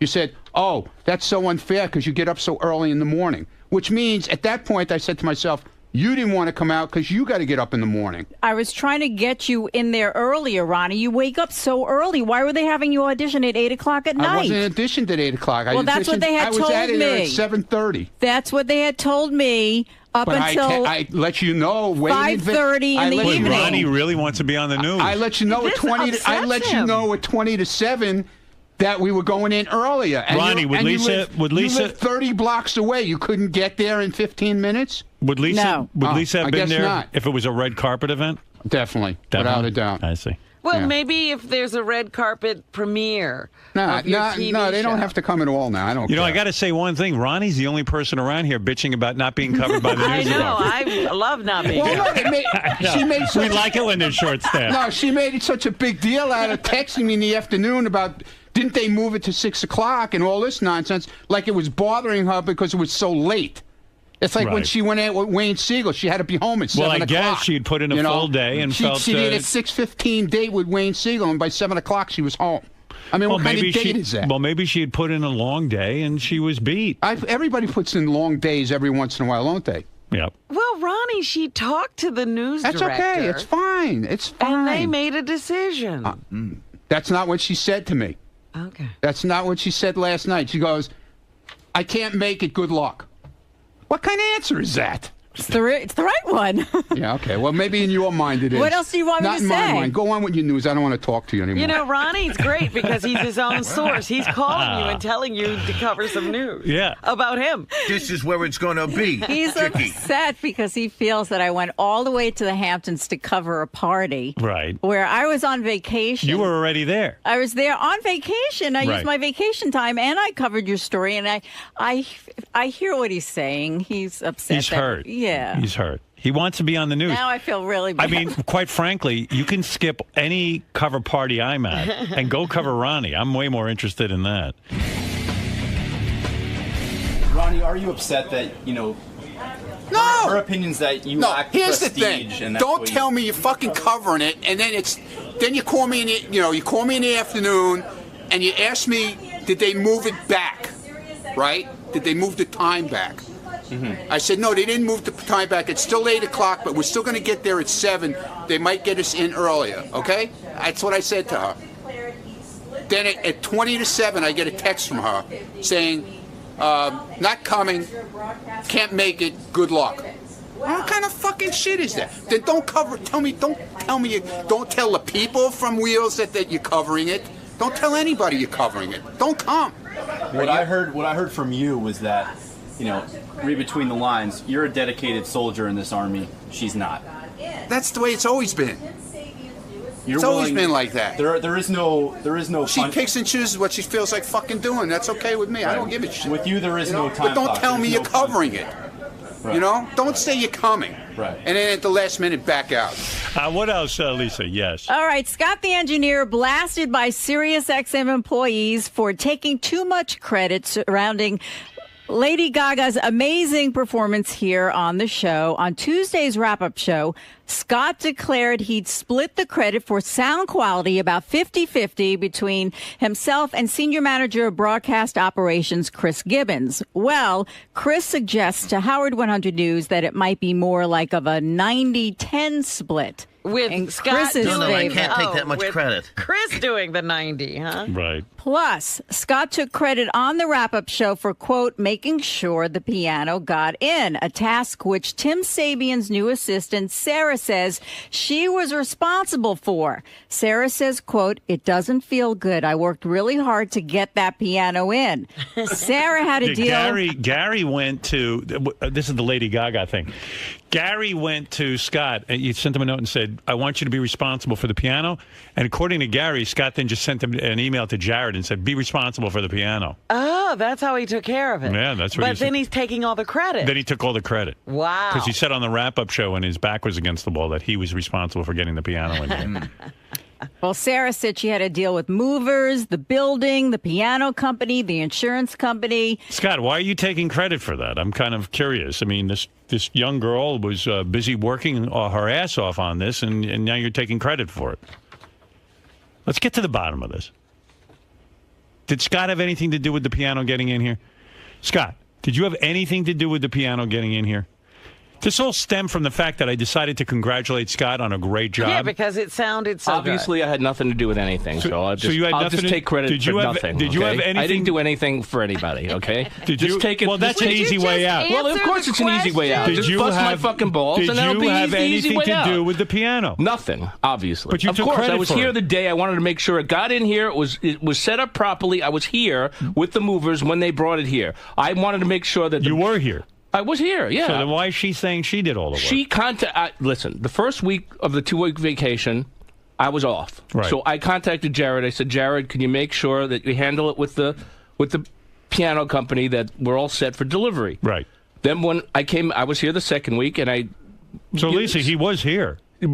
Sarah wrote me a note, and she had all the information, and she contacted all the people. I said, great. What time is it coming? I want to make sure it gets in here, it gets set up properly, and we're all set for Monday. All right. So then you... Tim is telling me right now. What's Tim? Sarah lined it up, booked it, made it happen. I didn't say I booked it a minute. I was here to make sure that it got in the studio where it should be, set up properly, and all ready for...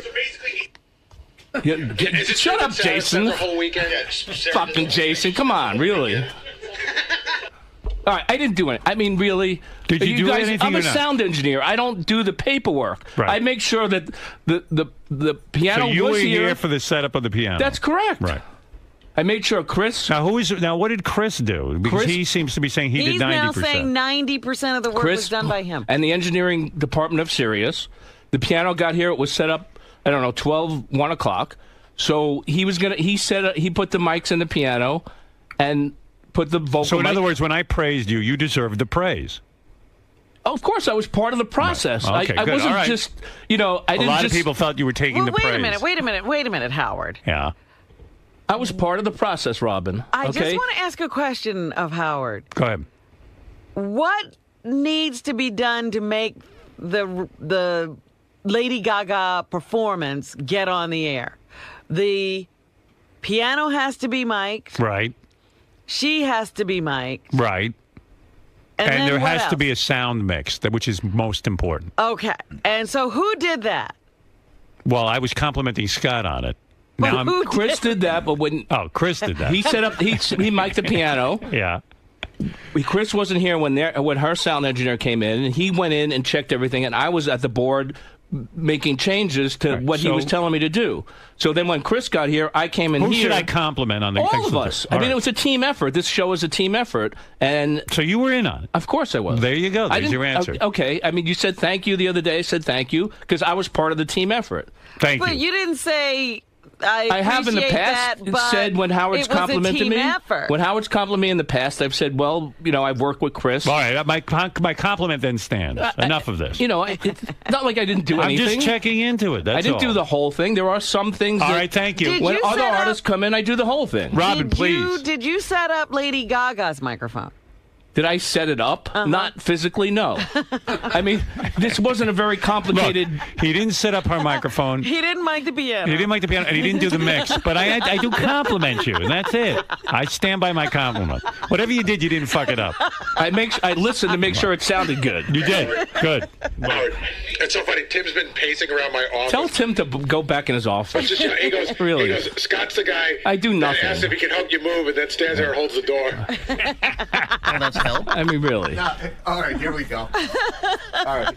Go ahead, Tim. Tim, you want to Okay. start with me? No. I mean, what's the fucking problem? You handed it off to I didn't Jared. hand anything off. Lisa booked the whole thing, made everything happen. You're the kind of guy that says, "Hey, I'll help you move," and then come over to my house and hold the door. Oh, please. Yeah, but Gary just used that line. I mean...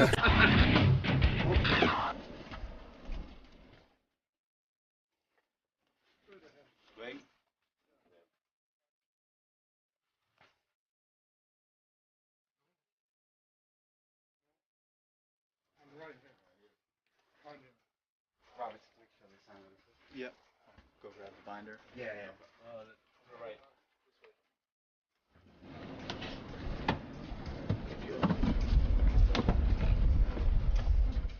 Top of the countertop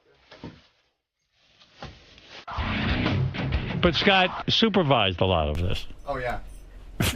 Well, Scott Tim, just stood there when really. other people did things. Tim. Bullshit. That's what I got to say. Bullshit. Tim. Her name's Sarah, by the way, not Lisa. I mean, What did I say, Lisa? Tim doesn't believe that I do anything around here. So, Tim, you made the analogy that he's the type of guy who, you ask him to help you move and he just holds the door. Right. So he's a part of the process, as he put it, but not an integral part of the process. Exactly. He's the doorstop. Now, you're a guy who oversees and manages. Did Scott oversee and manage anything in this operation? He handed it off. He didn't manage anything. Didn't take control of anything. He was a speed bump in the process. I think your comments speak to the fact that there might be some issues with you and Scott. No, not at all. Not at all. I love Scott, but on this particular issue, he's totally wrong. He didn't do anything. I can attest to that because I was in constant contact with, with Sarah and with my staff, and I know exactly what happened. So there's no way he had anything to do with it. Do you think it? If it was a team effort, he was on the bench. Do you think the fact that Scott wasn't involved is the reason why it was such a successful exactly. mix and segment? Exactly. He has no idea about the insurance company, has no idea about the moving company, no idea about the building people that we have to deal with. He has no idea about the process in which we have to get it into the building and set up. He has no idea who the contact people were, who we had to contact. He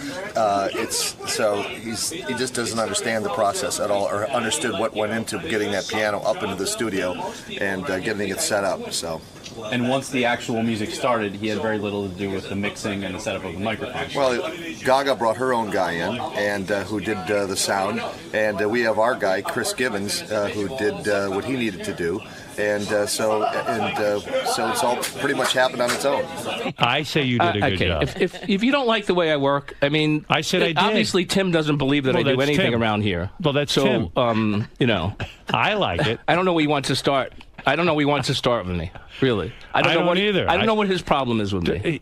I am just saying the Lady Gaga stuff. I had to make sure that everything was correct for Monday morning, and that's what I did. I followed up on everything. I made sure the piano was here. I made sure it sounded good, and that's my job. Scott. So I did my job as far as I'm concerned. Scott.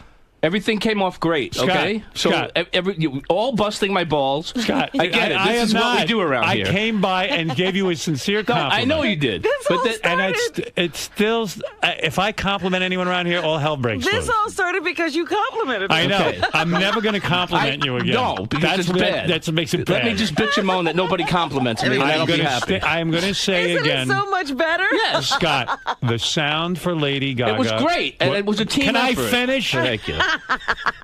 The sound for Lady Gaga was terrific. Good job. Thank you. It was your best work ever. Here you go. I mean, all I know is when I compliment. See, normally I walk out of here, I don't say anything to anybody. Right.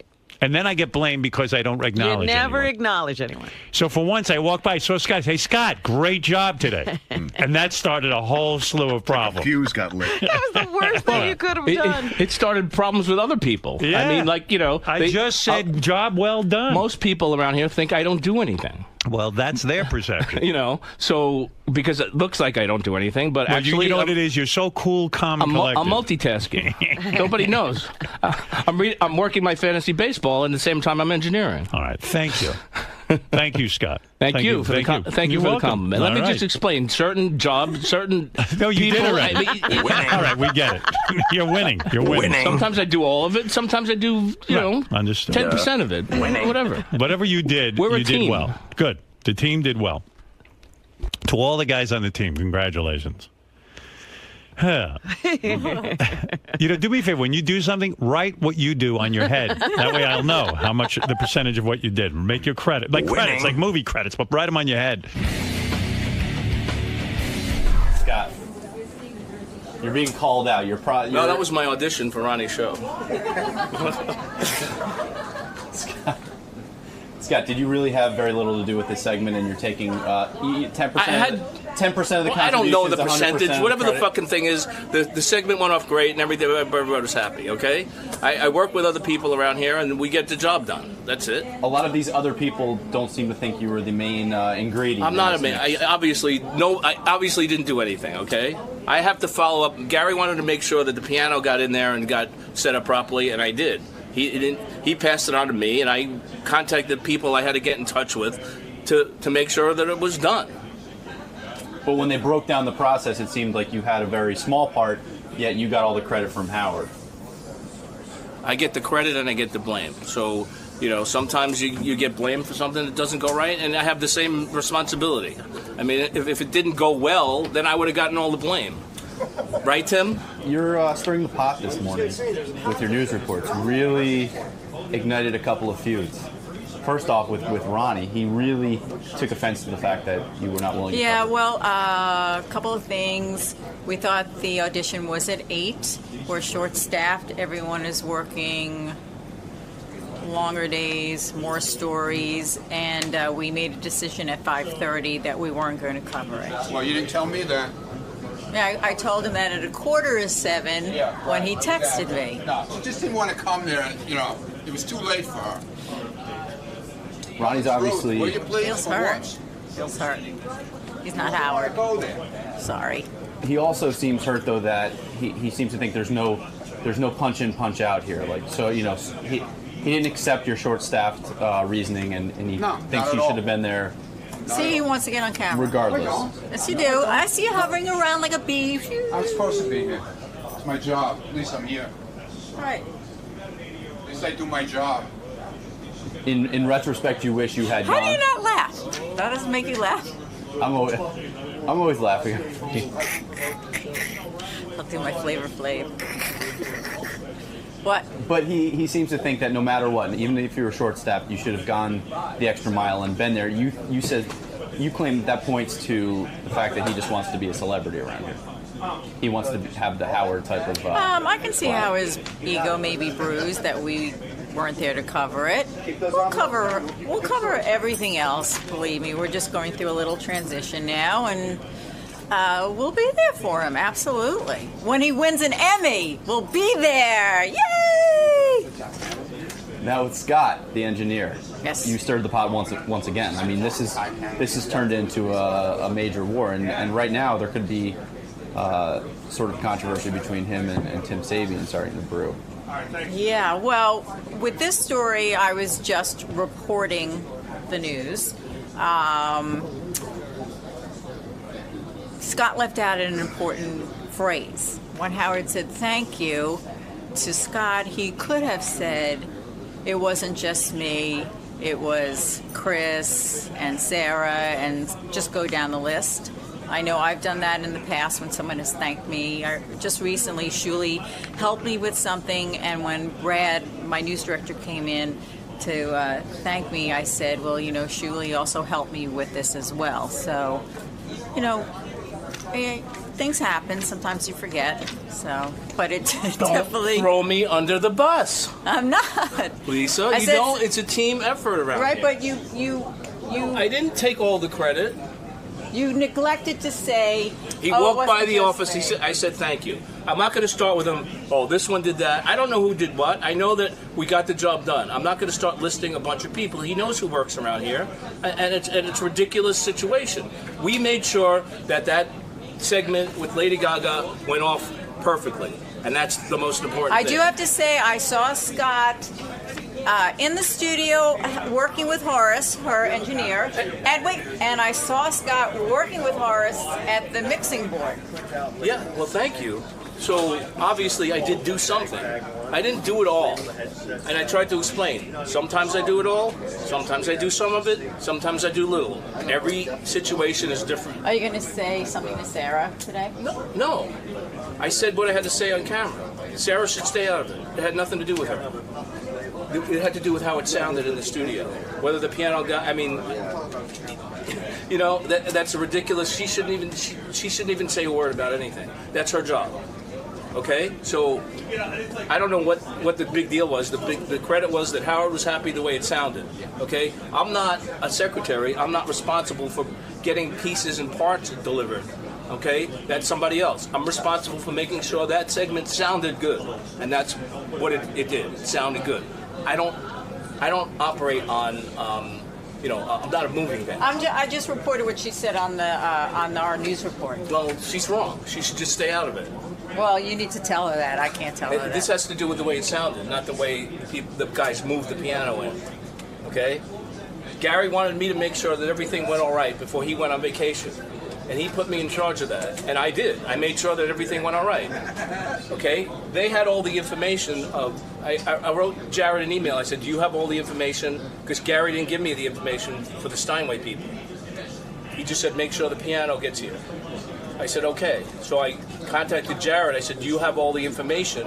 Because I was going on vacation. And he said, yes, I'll take care of it. So he passed it on to Sarah. He didn't even take it.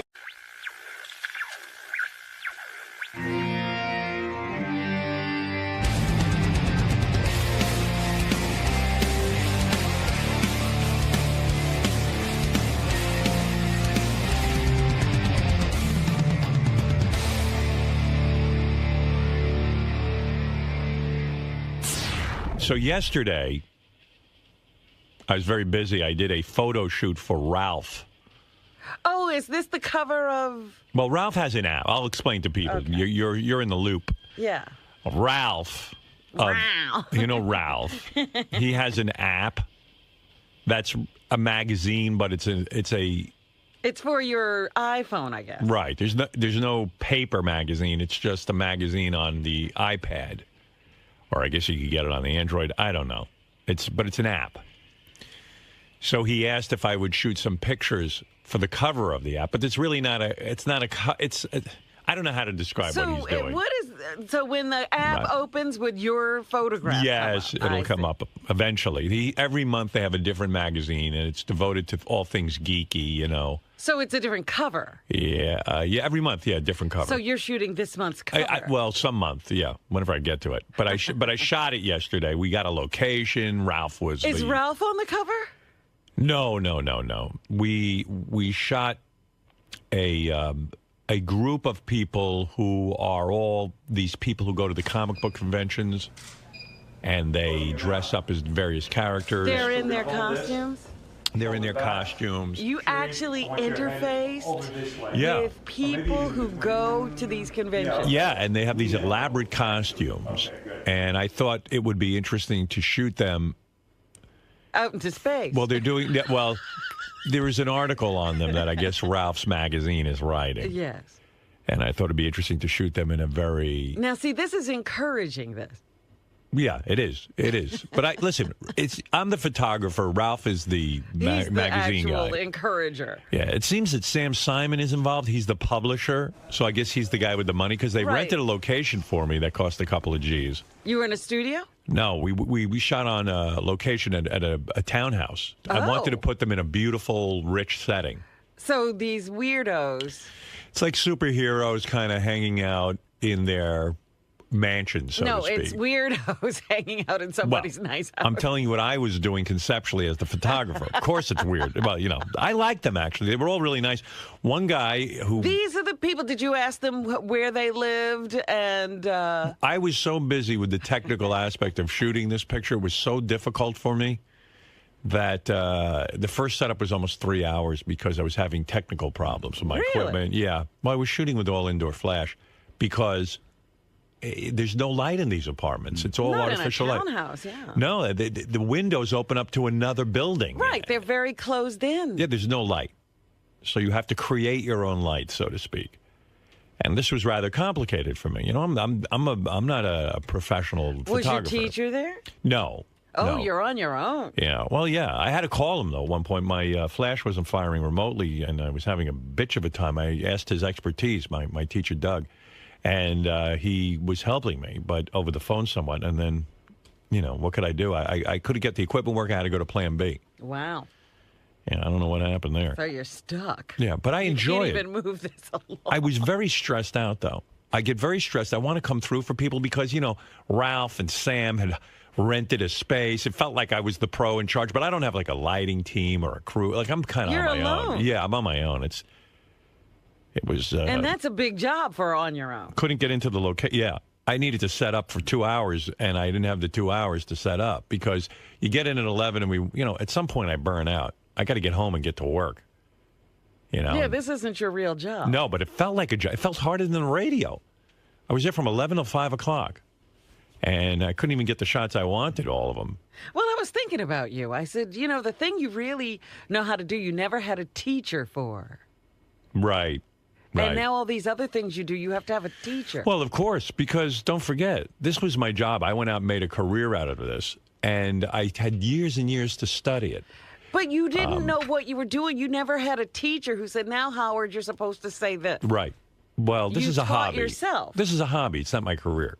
So, as a hobby person, I would like to get. I'm not able to go, let's say, leave college and go hang out and do menial jobs at a photography studio and work my way up. I've Well, got you could. You Well, don't have to be. I could quit this job No. and do that. You don't have to be at a studio to start learning these things on your own. No, you do. Or you need a tremendous amount of time, which I don't You're have. just not willing for it to take that amount of time. Because if I do that, we're fucked. You'll We're finally fucked take here. your best picture Yeah. when you're 105. Right. I need to accelerate the process. So my teacher's very good. Because I was thinking about this. I was like, you never had a teacher to do this. No, this was a life's passion, radio. So I'm sure if I decided to become a photographer when I was in my 20s, I would have done it a way different way. But, this is the way it's got to be. So I'm trying to pick up things. So anyway, I went and shot all day. And I also had Ronnie, the limo driver, there for security reasons. Uh-huh. To watch And my he's stuff. no help. Well, I had all my cameras and stuff. Well, yeah, I sometimes have him stand there before the models or the so-called comic book people are in there. Like a stand-in? A stand-in. He does that. And he watches my stuff and everything. But it was amazing. At one point I'm shooting, I look over at Ralph, and I thought I was the only one listening to Ronnie. Ronnie's on his cell phone talking rather loudly during the shoot. Uh-huh. And Ralph said to me, "Are you listening to Ronnie?" I go, "Oh, my God, I'm obsessed."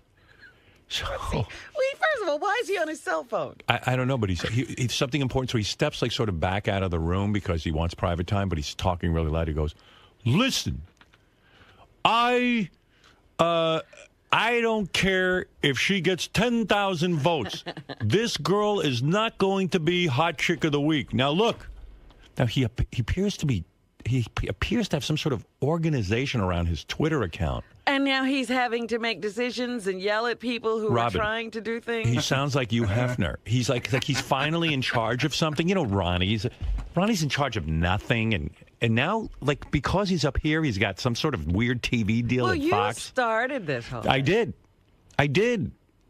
It's all your fault. He's back there and he goes, "Look, I'm telling you, she is never going to be hot chick of the week. Find someone else. I'm looking this over right now."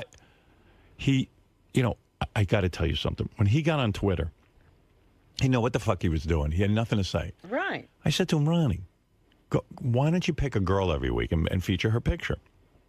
It'll give you something to do with your Twitter account." He's now worked this into some sort of life. Everything you suggest to him all of a sudden becomes Right. a world.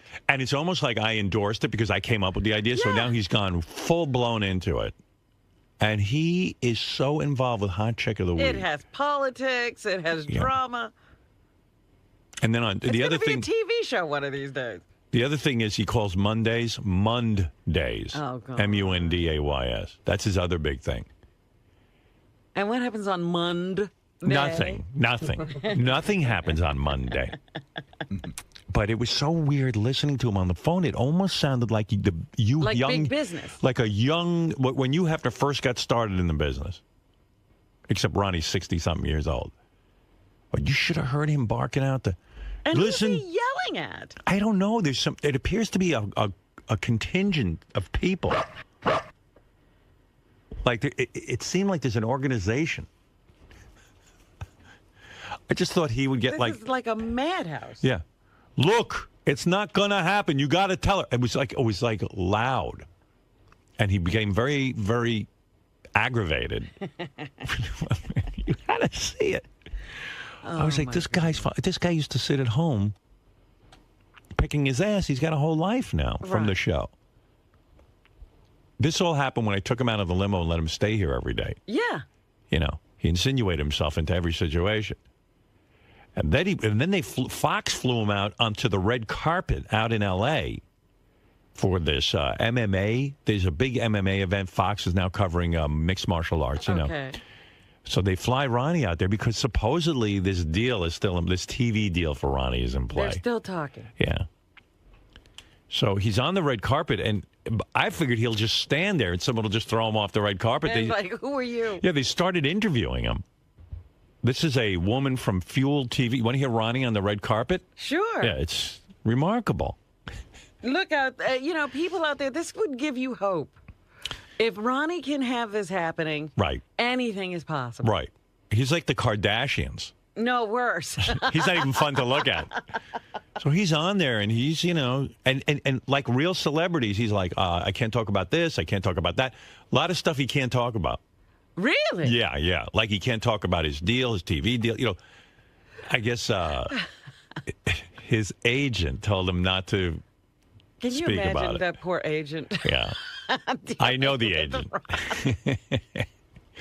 Just shut up, Ronnie. Just don't say anything. Yeah, don't say anything, and you might actually get something going. No one can believe this. But listen to him on the red carpet. Thanks, Jay. Right now, I am hanging out with Ronnie Mund on the red carpet. You may not know this, but he is Howard Stern's personal limo driver, bodyguard, and has known him for 26 years. And I watch this stuff, and I'm like, I really don't want him. Listen to the credentials. Look at how long it takes to explain why we're going to talk to Ronnie Mund. Yeah. And it's all based on my relationship with him. And usually, Halle Berry comes up. Hi, Halle Berry. We don't have to have it. They're still talking about why we should talk to Ronnie. Right. Then the another annoying thing is, Ronnie says because of Twitter, he got his TV deal. That's the other annoying thing. He didn't say it on the red carpet, but he's been going around saying that. I know. I thought he had stopped that. No. Maybe he did. But that's annoying me anyway. Because of Twitter. You said that all the time about Twitter got me my TV deal. When did I say? You used to say it every time you Every day. No, ask anybody around here. Hello. You always said it. I'm not talking about the Fox thing.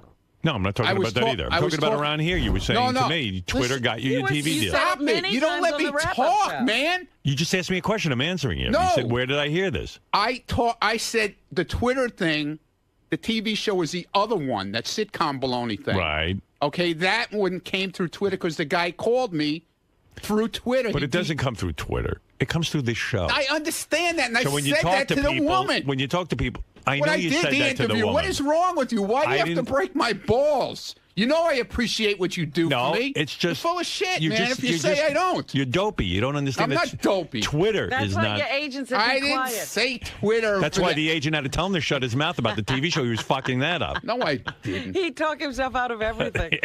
What is wrong with you, man? They're like, keep quiet. Why do you get? And why do you say I was on the phone all day? I didn't say all day. I said at one point during the shoot. Somebody called me. Who is that? Like, what is going on there? Like, when you're on the What phone is the going, screaming? I don't care if she gets 10,000 votes.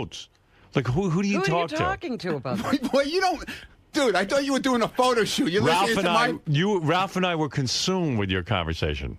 First of all, there was no music at the shoot and stuff, so it was like anything. Well, it was like being in a museum there. Right. Go ahead.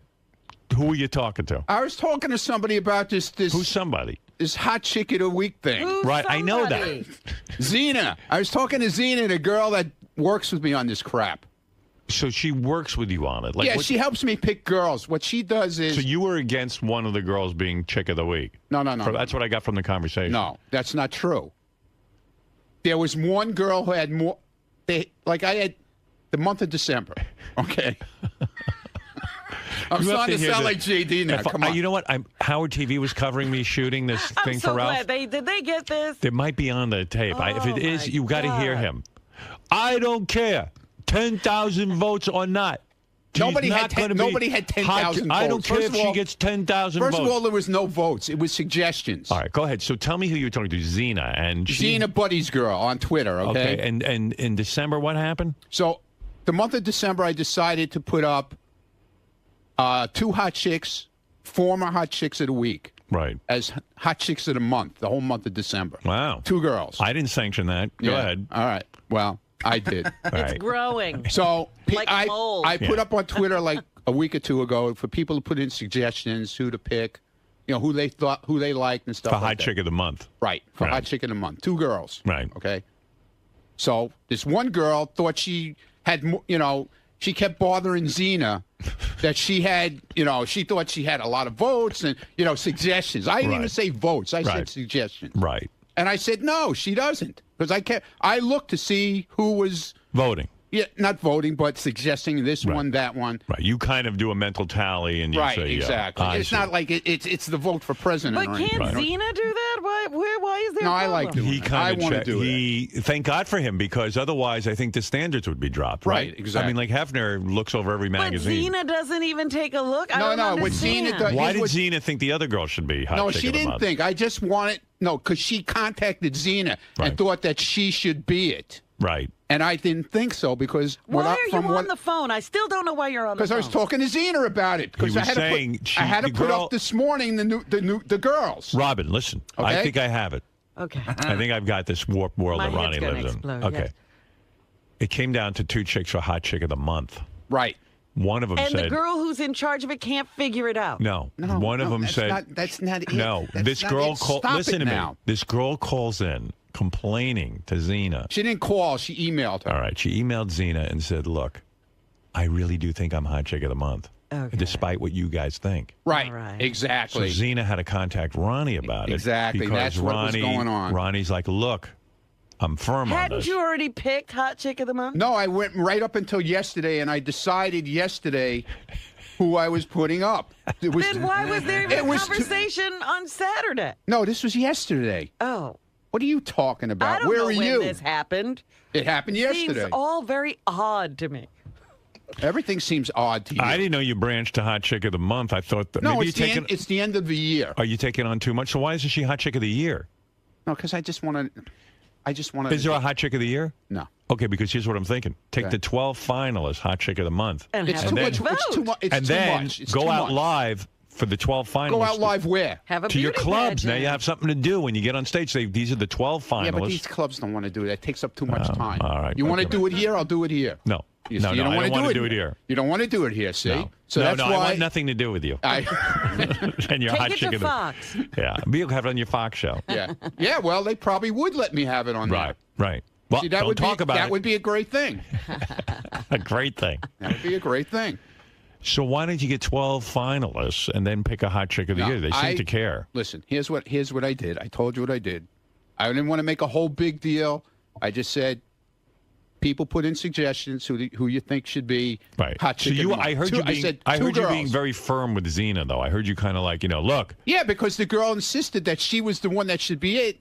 And it's not true because she wasn't getting the suggestions from people. Ronnie was There very firm on the There phone was with one Xena. girl who walked away with it. Right. Definitely. And there was 2 girls that I considered like tied practically. Mm-hmm. So now I got 3 girls up instead of 2. Mm-hmm. There was All a right. tie for second place. I think you should. What is this hot chick of? What month is she hot chick of? December. And then will there be? Is this going to go Now on? in January we start all over hot chick of the week. But I think that it's anticlimactic. There's no hot chick of the year. Yeah. Well, maybe we'll do that. We'll see. Yeah. I don't know. It just seems like it's leading up to something, and Maybe. then you Maybe kind it of, is. I don't know. We'll see. But Well, when does the hot chick of the month girl get posted? They're posted If there's right now, today. Always hot chick of the week. There's 3 of them. Actually, it was supposed to be 2 for the hot chicken in a month. I picked 2 for hot chicken a month. The girl that was in here is a Miss How Howard. can he do that? I don't The know. girl because that's the Somebody way. ought to that's yell at the way. Ronnie. No, because this way the guys get to see more pictures, more hot chick stuff. You know what I'm saying? Right. For the month of December, it's Christmas. You got to put up more boobs. More hot stuff. So instead of having 1 girl, I had 2. Right. All right. Okay. So All now right. it wound up for 3, and I'll announce the 3 real quick. Yeah. It's XX Vixen Brit XX is number first. Jen _ Duran is number 2. Right. And number 3 is the girl who was last week. You saw her picture, thought she was hot. Yeah.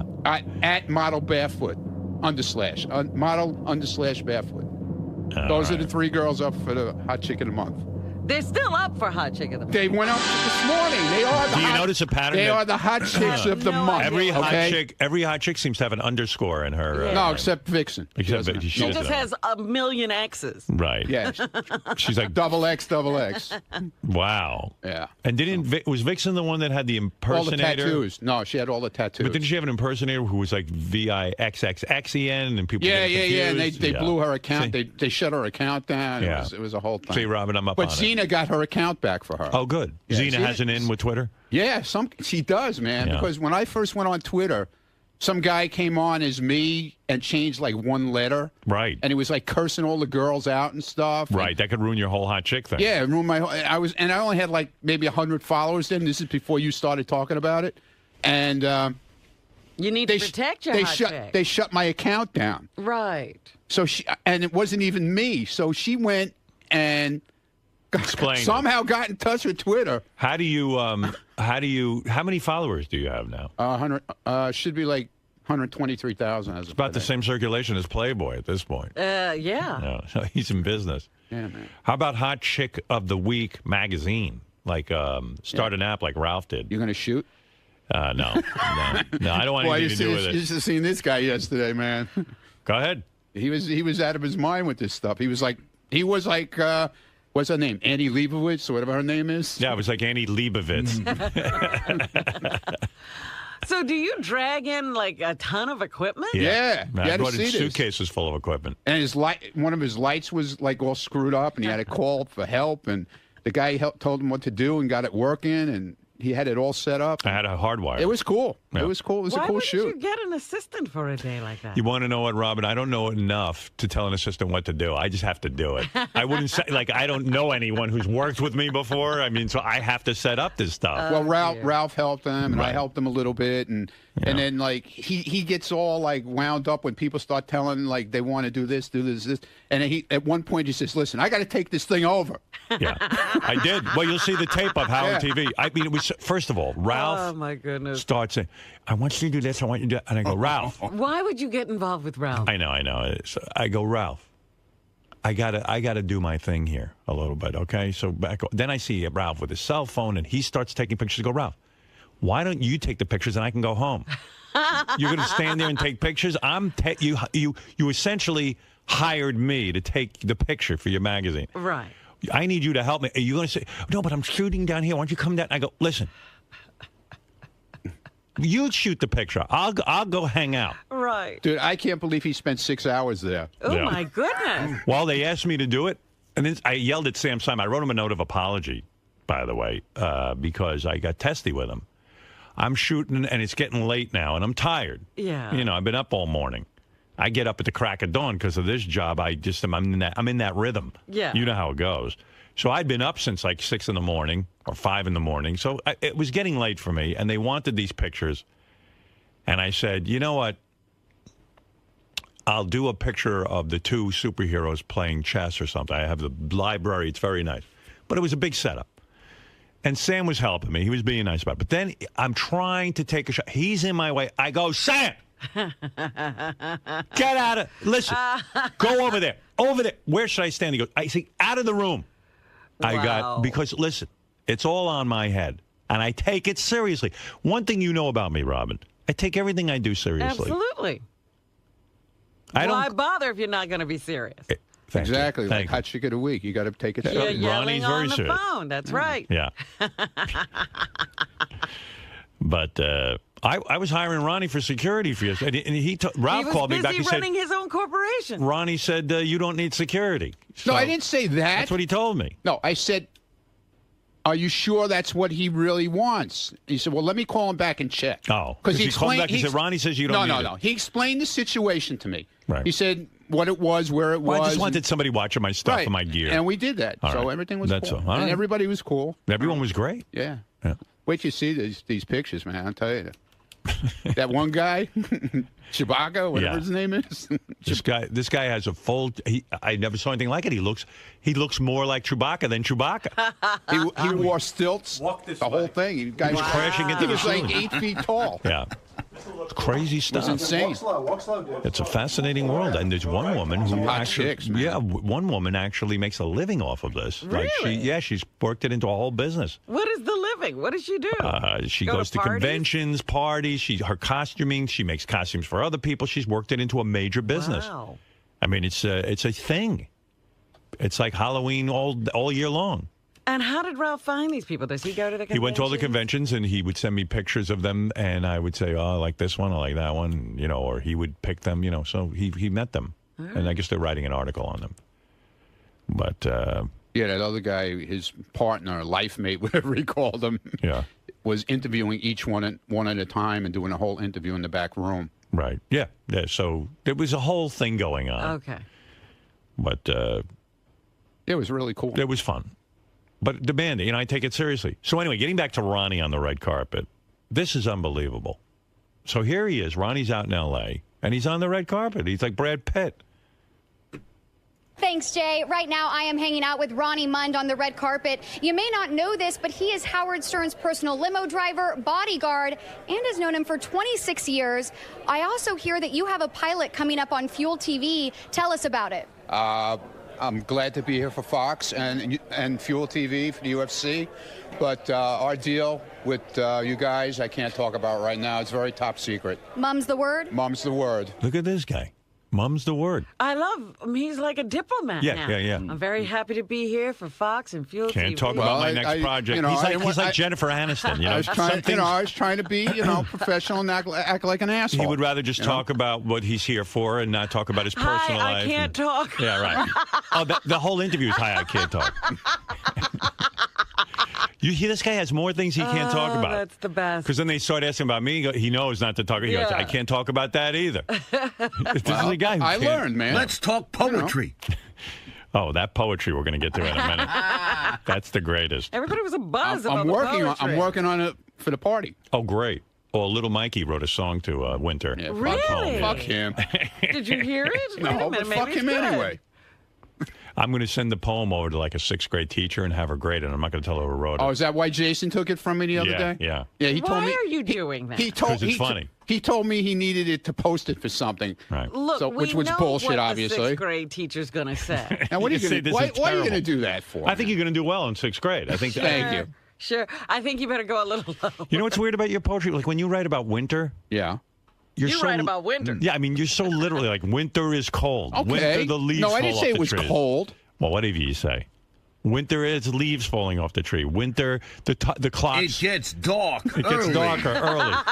Very dark. Like you're very little. You like sleep more. You get Z's. You don't try to draw any sort of like we're in the winter of our life or why? No. Why would I do that? Or fog comes in on little cat feet. Fog rolls in on little cat's feet. What the fuck does that mean? She asked me to do a thing about winter. That's how I felt about it, and that's what I did. Right, but you're feeling. I kind of did like like what goes on every month in winter, kind of. You know your feelings really aren't in the poem. It's more like a weather report. It's more like a sunny today, cloudy tomorrow. It's a description, but very literal. I mean, right. you didn't. What do you want me to do? Anywhere. Write a 20-page poem? No. Come on. I try to do it. No, you know what? I'm saying some of the great poets. I don't know if you read poetry. I'm not a great poet. But some of the Never poets, said I what was. they try to do is they talk. They're writing about winter, but sometimes it's more like about old age. Like you kind of see, or I'm in the winter of my life, or well, I don't want to do that. You know, you don't want. You just want to do literal stuff. Yeah. I get it. Okay, that's your style. All right. Let's get back to you on the red carpet. All right. How did this come so how up? about tonight, Ronnie? Who are you predicting to win the fight? Is it going to be Velasquez or Dos Santos? Cain Velasquez all the way. All right, and before you walk down this carpet, I have one thing I have to say to you. Baba Booey. Baba Booey, what's your problem is what you should be saying. Back to you, Jay. Poor Jay. He went to probably journalism school. So did this broad.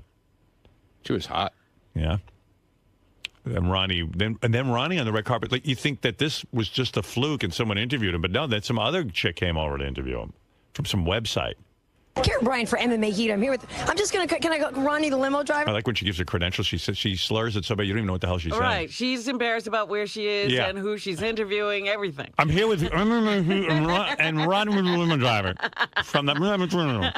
Nice. She was hot too. You can't even tell me where she's from. Here, I'll play it for you again. Karen Bryant for MMA Heat. I'm here with. I'm just MMA gonna. Can I Heat. go, Ronnie, the limo driver? I was asking Robin. That was the joke. Oh, you're so bad. Give him his own show. MMA Heat is where it's from. It didn't. You could. She just kind of says talked it very like, fast. I think if you say it fast enough, it sounds like NBC or ABC. Right. Because basically that's how you are known on the Howard Stern Show. What brings you to the fights here on Fox? Well, I'm here to support Fox and Fuel TV. I'm in the negotiation of a deal with them, possibly. It's nothing I can really talk about right now, and they invited me out here to come and support them, and I'm here to do it. Can I just tell you how awesome this is? Because I've listened to the show, and I'm used to hearing your voice phoning in and going. It's beautiful to see it coming right out of your mouth. Well, thank you. I'm happy to be here. I'm happy to be, getting interviewed by you. You're a very beautiful woman. Well, thank you very much. So, I know Howard is a fan of the sport. I know he's got some of the fighters on and stuff. But I mean, around the way here when you guys are working on the show, is this something that you guys talk about a lot? Is fighting sort of a big deal in you guys' life? Well, we don't talk about it, too much on the air.